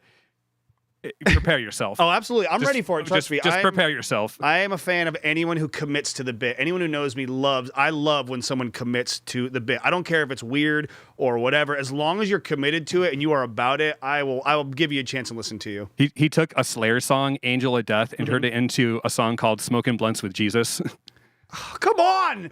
That's what art is about. That is perfect. It is. I have so many more questions. He has a song called Health Food Store Bitch, and it's about there's a local co-op in my hometown, and he just clearly got like iced out by somebody who works there. It's just him venting about someone at this like health food co-op, but like also like the problem, but also not the problem with his stuff is that all of his songs are bops because he just samples all these super catchy songs. Right, all the classics. Like, you cannot. It's like these songs can never go on streaming because they'd get pulled immediately. Oh yeah, no, for a number of reasons like copyright or just vulgarity, perhaps even. But even then, that's. I'm gonna shock gospel. Shock gospel is my new favorite. I'll message you afterwards. Please do. I look forward to that. I look forward to that. Jake, who would you say is the best artist you've ever seen? Obviously, it's no, shock gospel, but what would you say is your choice? I don't really know if I can follow that up. I mean, I'm sure you can, but we believe in you. I think probably my favorite concert I've ever seen was partly due to the artist, partly due to the conditions of the day. It was Tom Petty and the Heartbreakers in like high school at Austin City Limits, and it like was, one of those days where you like wait and see every band on the stage. You progressively get closer up, and he comes out and it's just super epic. But then about halfway through, like Texas style mega thunderstorm starts coming in. They have to stop, and then the like festival has to end at 10, and he's not stopping. He has to go inside for the sake of the instruments and the gear and everything. But right, doesn't want to get electrocuted. There's like in the eye of the storm. Essentially, he comes back out and like finishes the set like what a boss. 30 minutes late, and it was just like the most epic day. I also like discovered a few other artists that became like very just like stuck in my head forever on that day, and so. I got to go with that one. Yeah, no, that's very memorable because, like I said, it's long lasting and you learned a lot from it just from the other bands as well, but also just learning how much of a badass motherfucker Tom Petty actually was. Yeah. Rest in peace to the legend. So I've got one last question here before we get you up on the stage, and it's a pretty generic one. I feel like it's almost a bit of a cliche question, but it's important to ask because it's nice to get the direction of your guys' band. Where would you like to see CuVa Bimö in 5 years? Where do you see CuVa Bimö going in 5 years? And we're going to start with you on this one, Seb. I saw you raise the mic up. You got something you want to say. You're not just hiding behind that monkey mask, which we did not. I almost didn't want to bring it up the entire time, but I had to say it one time. We do have the monkey mask on stage. It's amazing. Thank you for the props. Of course. Props on props, bro. That's what we do here. 5 years. I would like to see us playing at some, I don't know, like mid-top level spots over here. Bill Graham. Ooh, okay. I don't know. What are some other good spots in Oakland? We already did a lot. Like the Fox Theater. Fox, yeah. Right? That's a dream venue for any Bay Area band. A lot of things like that. Like even like, what's the one I'm thinking of? The Regency Ballroom out in the city. That's another great spot out there that I feel like is within attainable. Great American Music Hall is arguably the greatest venue in San Francisco, if you ask me. But I would like to tour to another a tour. country. Yeah. See, I think that's kind of more along the lines of like just seeing yourselves progressing and being able to expand and go out on the road and maybe reach new markets and make new fans and things of that nature. I would love to go to Austin and go do some Austin shit.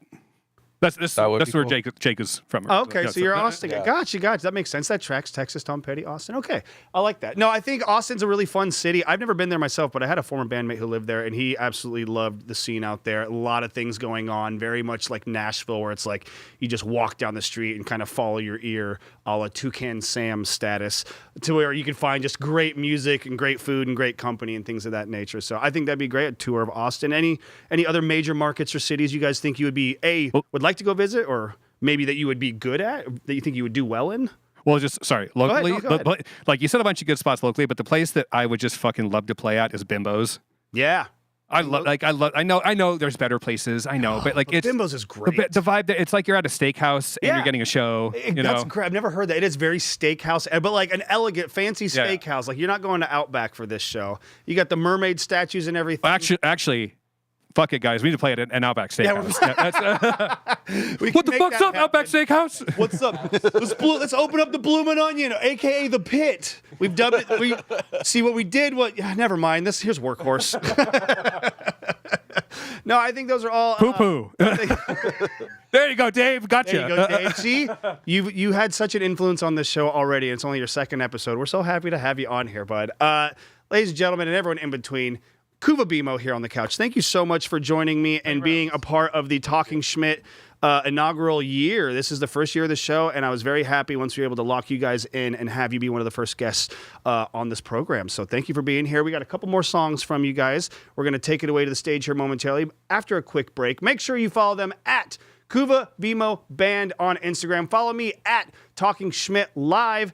And follow the Complex SF, and make sure, of course, you subscribe to the Twitch channel you're on right now, twitch.tv/thecomplexsf for all good things like Check the Rhyme, Freestyle Flow Fest, and then, of course, our flagship, the one and only What's Poppin' with our host, Steve Wardmore. Love you, buddy. I wouldn't be here without Steve and his gracious hosting capabilities and making sure that we have a place here at the studio working with George to make all these cameras appear and let shows like this happen. So thank you to all the people who make these shows happen. But right now, it's about me and my show, so fuck off. We got CuVa Bimö going up on the stage, ladies and gentlemen. We'll be right back after this commercial break. Stay tuned.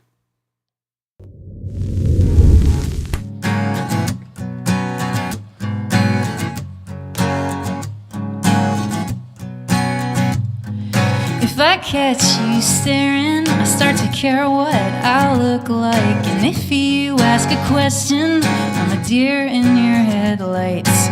I'm at the same party, but it's starting to feel different since I started wondering if your kiss would taste like peppermint. So I'm asking you to dance or hold my hand. If you want to, you and me, girl, it sounds so nice. I'll try to play it cool or tell the truth. If you want to, I'm not afraid to tell you everything I'm feeling now.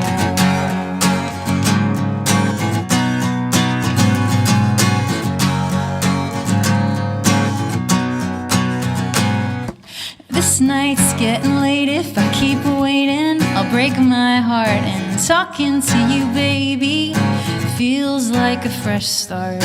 Looking in your eyes, I'm so surprised I'm saying anything, 'cause all I want's to know you. I'm dying just to let you in.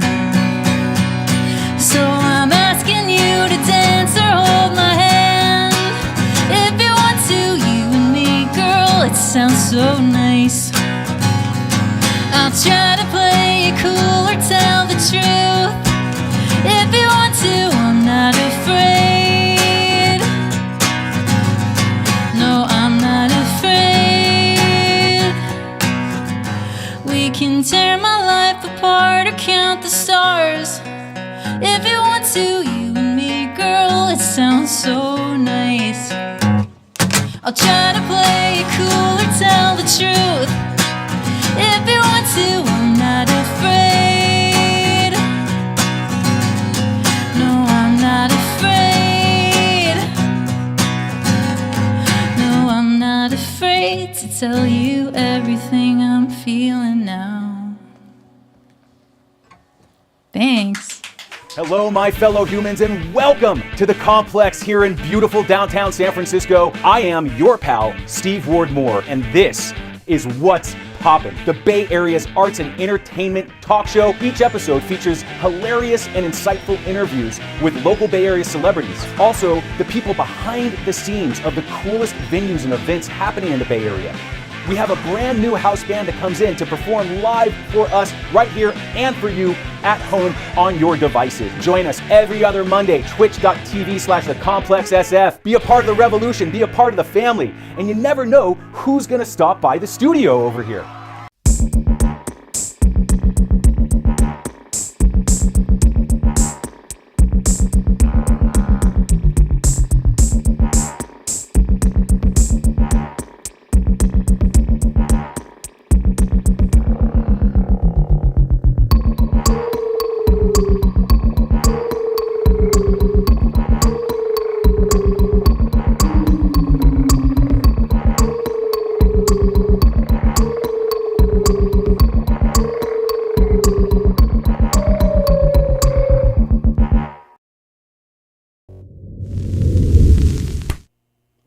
right, everybody, we are back. I'm back up in the booth here. That was the interview portion of our program with the one and only CuVa Bimö. Again, make sure you go follow them on all social media platforms. CuVa Bimö Band. And make sure you follow the Beat of Diablo on Instagram because we have the very first issue of Pee Pee Poo Poo right here, everybody, for you. What? How are we this good? We just do everything here at the complex. It's just a magical place where magic happens, I must say.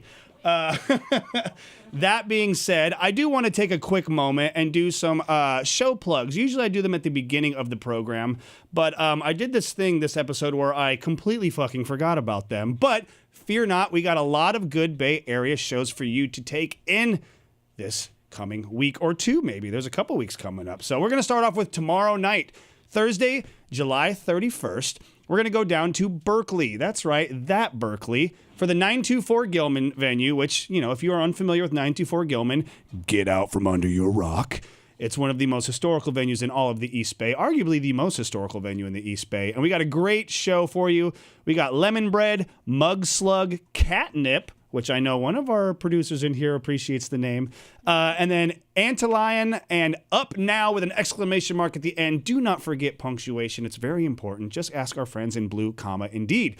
It's going to be a 7 p.m. doors with a $10 cover at the door. And the beautiful thing about Gilman, it is all ages. So all are welcome to attend this show tomorrow night out in Berkeley. Make sure you go check it out. And then this Friday, August 1st, we're going to the Knockout right here in San Francisco. And we've got Dream 99, Heavy Lifter, dear friends of mine, Still Young, who just released, they've been releasing a bunch of music and a bunch of videos lately. They're incredible right now. I love you, Jeff. Thank you. Fun story. I never told you guys this. When we left Mosswood Meltdown, we were parked in front of our friend Jeff's house.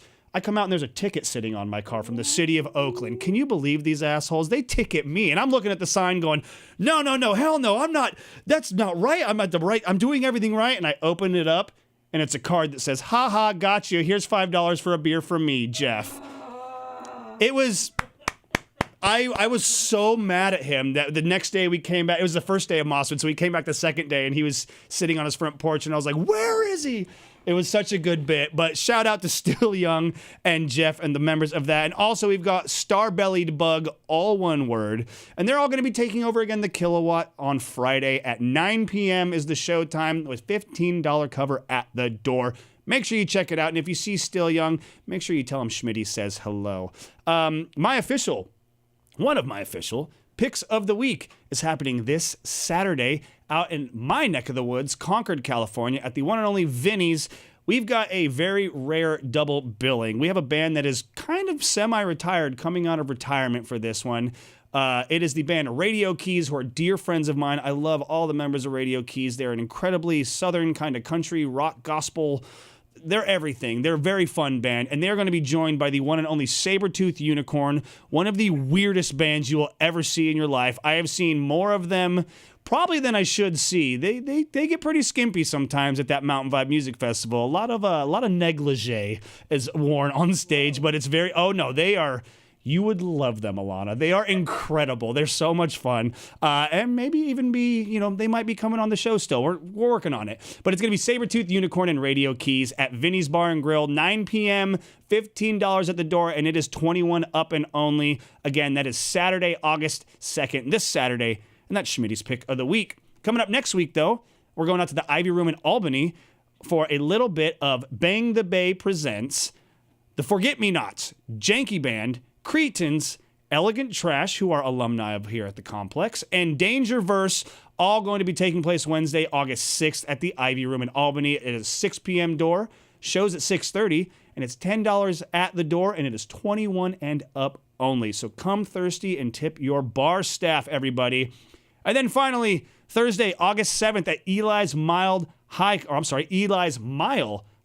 I always get Mild High Club, the band, confused with this venue. But Eli's Mile High Club out in Oakland. We got a great show for you. Previously, the band you're watching tonight was going to be on that bill, but unfortunately they had to drop out, but they got a replacement in. It's still going to be a great lineup. We've got Velvet Grave, Grimoires, who's got some amazing stuff in the works, and then the previously mentioned Dark Satellite, Charlie and the Boys. They're all going to be playing at the Eli Mile High Club. $15 at the door, and the doors are at 7 with an 8 p.m. showtime, and it is 21 and up. And as always, free Palestine and fuck ICE. Anyways, let's get back to the music, everybody. That's what you're here for. You don't want to hear me talking. Sure, do I look good doing it? Of course. Do you want more of me? I don't blame you, but it's not about me. It's about the bands on this stage. And while I could sit here and look at myself talk for hours, and oftentimes I do, we're here tonight to listen to some amazing music. And I think they've been killing it so far in the amazing music category. And we're going to hear some good stuff from them, maybe even some new music. I don't freaking know. What's up with my voice? Anyways, that was awful. That was really bad. Dear God. Well, that was awful. I'm sorry. Anyways, I'm getting carried away here. We have so much fun here, and I don't get to do this. You know, I see these guys once every couple of weeks, and it's so much fun. I get carried away. But enough of me. Let's get straight to it. Ladies and gentlemen, the final set, the Piano La Resistance, that is CuVa Bimö. Shout out to Oakland teachers.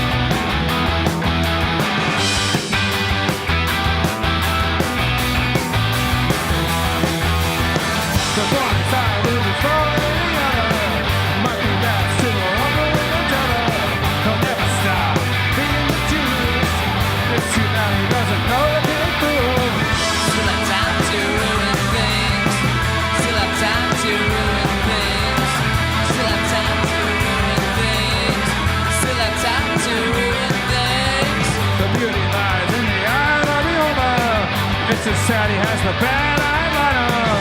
Never really been over the top. Now get going and much till you drop.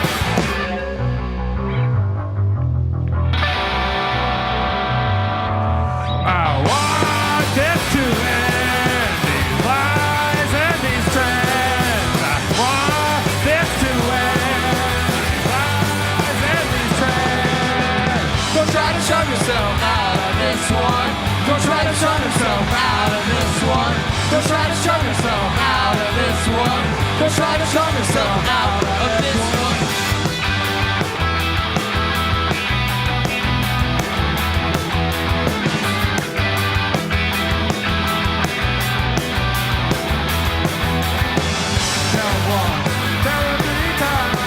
Just forget the nature of their crime. It's better here than way over there. Did we mention that we like your hair? Still have time to ruin things. Still have time to ruin things. Still have time to ruin things. Still have time to ruin things. Just ignore the nature of their crimes. It's better here than way over there. Did we mention that we like your hair?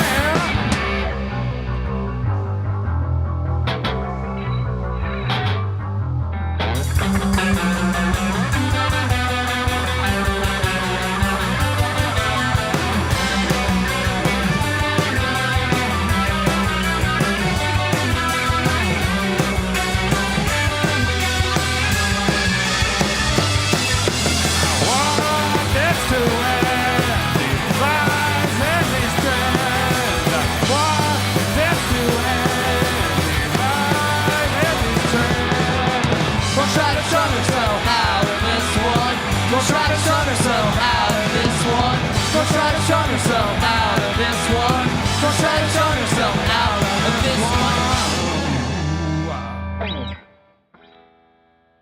That's a new one. We have one more for you. Seb is gonna get into some Sonic Youth tuning right now for us. Schmidt, Complex crew, you guys are awesome. Thanks for having us. Thanks for hosting. You guys are amazing. Thanks for letting us hang and talk about music we like, talk about local music that we love. And Dave, thank you for the pee-pee and the poo-poo, I guess. If you guys are interested, September 4th, our next show is with Orbit 17 and the aforementioned Catnip at Bottom of the Hill. And tickets are now online. Yay! Here's your announcement. Yay!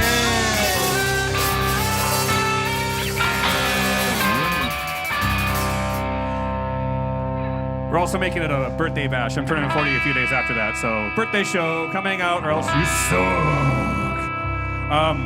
Thanks for having us. This is our last song. It's our last song off our album, CB Radio. It's called Desert Trash. It's about people who are trash. Seb, start us off, young man.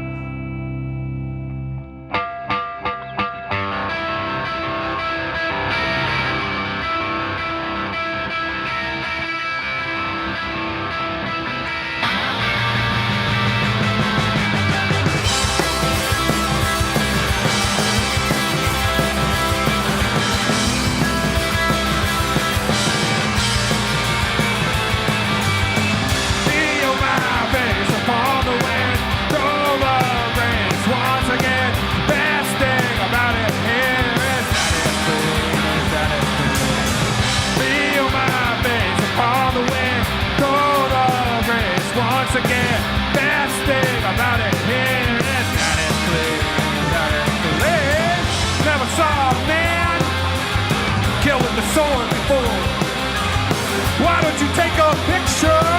I wish I did, I wish I did. Never saw a man kill with the sword before. Why don't you take a picture? I wish I did, I wish I did.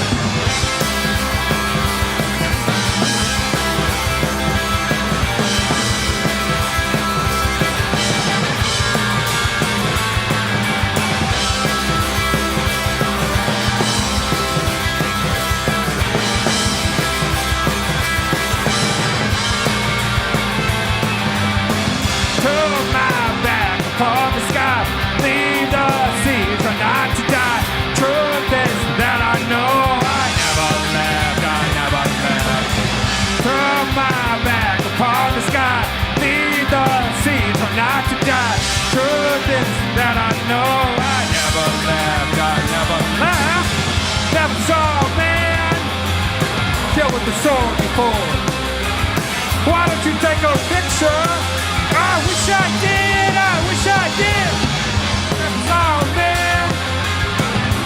saw it before. Why don't you take a picture? I wish I did, I wish I did.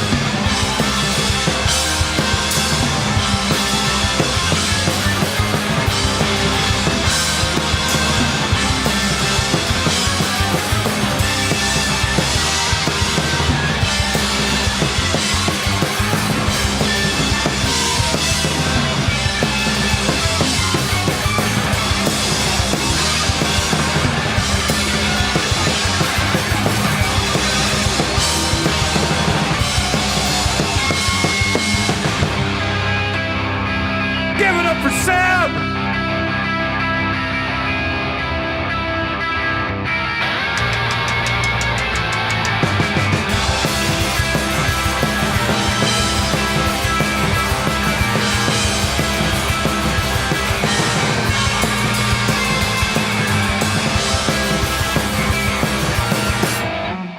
Goodbye. Thanks for having us. I mean, hot damn. Those are the only two words that come to mind, boys. That was absolutely a fucking banger. I hear the Sonic Youth very much on that track, and I think they would be very happy to hear you guys have them on your repertoire. So, ladies and gentlemen, and everyone in between, please, CuVa Bimö, the Bay Area zone. Make sure you check them out at the birthday show coming up. We got a lot of good stuff here. Make sure you follow them, CuVa Bimö Band, on Instagram. Make sure you follow me, Talking Schmidt, live on Instagram. Make sure you follow this wonderful establishment, the Complex SF, on Instagram. Make sure you follow What's Poppin' at the Complex on Instagram. Make sure you follow Check the Rhyme and Infinite Chi and all the great people and artists and collaborators we have here on this channel. And if you like what you see, check out the subscription button here. It's $6 a month right here on Twitch, and it goes a long way to helping us keep content like this heading to you at a fast and reliable speed. We all want fast and reliability, everybody. No one wants slow and unreliable. What would you be? My ex-wife? There it is. Oh! Hey, on one second, I did that properly. Gagoosh! All right, we're happy. We're going 6-shooter. Don't you kill those lights on me. She does what she wants. Hey, guys, she does what she wants, and we have to respect that about her. We love you, Alana. We love you, George. We love everybody here at the Complex. Make sure you check us out because we have a brand new episode that I'm definitely not stalling to buy time for so I can get the date correctly.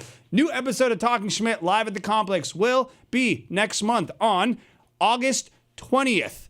That's right, August 20th, because we are pushing it back a couple. We're working some stuff out here. We got a lot of good stuff going on here, but make sure you check it out. 13th? We're pushing it back a week for the Vesuvio stuff that's coming up, I believe, was the situation. We'll follow on Instagram. We'll get you squared away either way, but as of right now, we got August 20th with the one and only Blue motherfucking Indeed. I can't wait to have them here. Blue, comma, Indeed. If you are familiar with Buddy Brunch, you know that we already put Johnny through Buddy Brunch's mishaps at least one time already. So it's been a lot, and they've been troopers for it. So their reward is getting to deal with me now for an hour and a half. So make sure you check that out next month. We got some time until the next episode. So be safe, be kind to one another, look out for your neighbors and your communities, and just, don't be a dick. Is it that hard to not be an asshole? Yes. That's coming from me, everybody. So keep that in mind. If I'm saying it, it's probably got some truth to it. Anyways, thank you for watching us. We'll see you guys next time right here on Talking Schmidt live at the Complex. Adios, everybody. And I hit the outro button, right? I do this every time. Hit the outro. Okay, cool. Outro, everybody. Bye. Hello, my fellow humans, and welcome to the Complex here in beautiful downtown San Francisco. I am your pal, Steve Ward Moore, and this is What's Poppin', the Bay Area's arts and entertainment talk show. Each episode features hilarious and insightful interviews with local Bay Area celebrities. Also, the people behind the scenes of the coolest venues and events happening in the Bay Area. We have a brand new house band that comes in to perform live for us right here and for you at home on your devices. Join us every other Monday, twitch.tv/thecomplexsf. Be a part of the revolution, be a part of the family, and you never know who's gonna stop by the studio over here.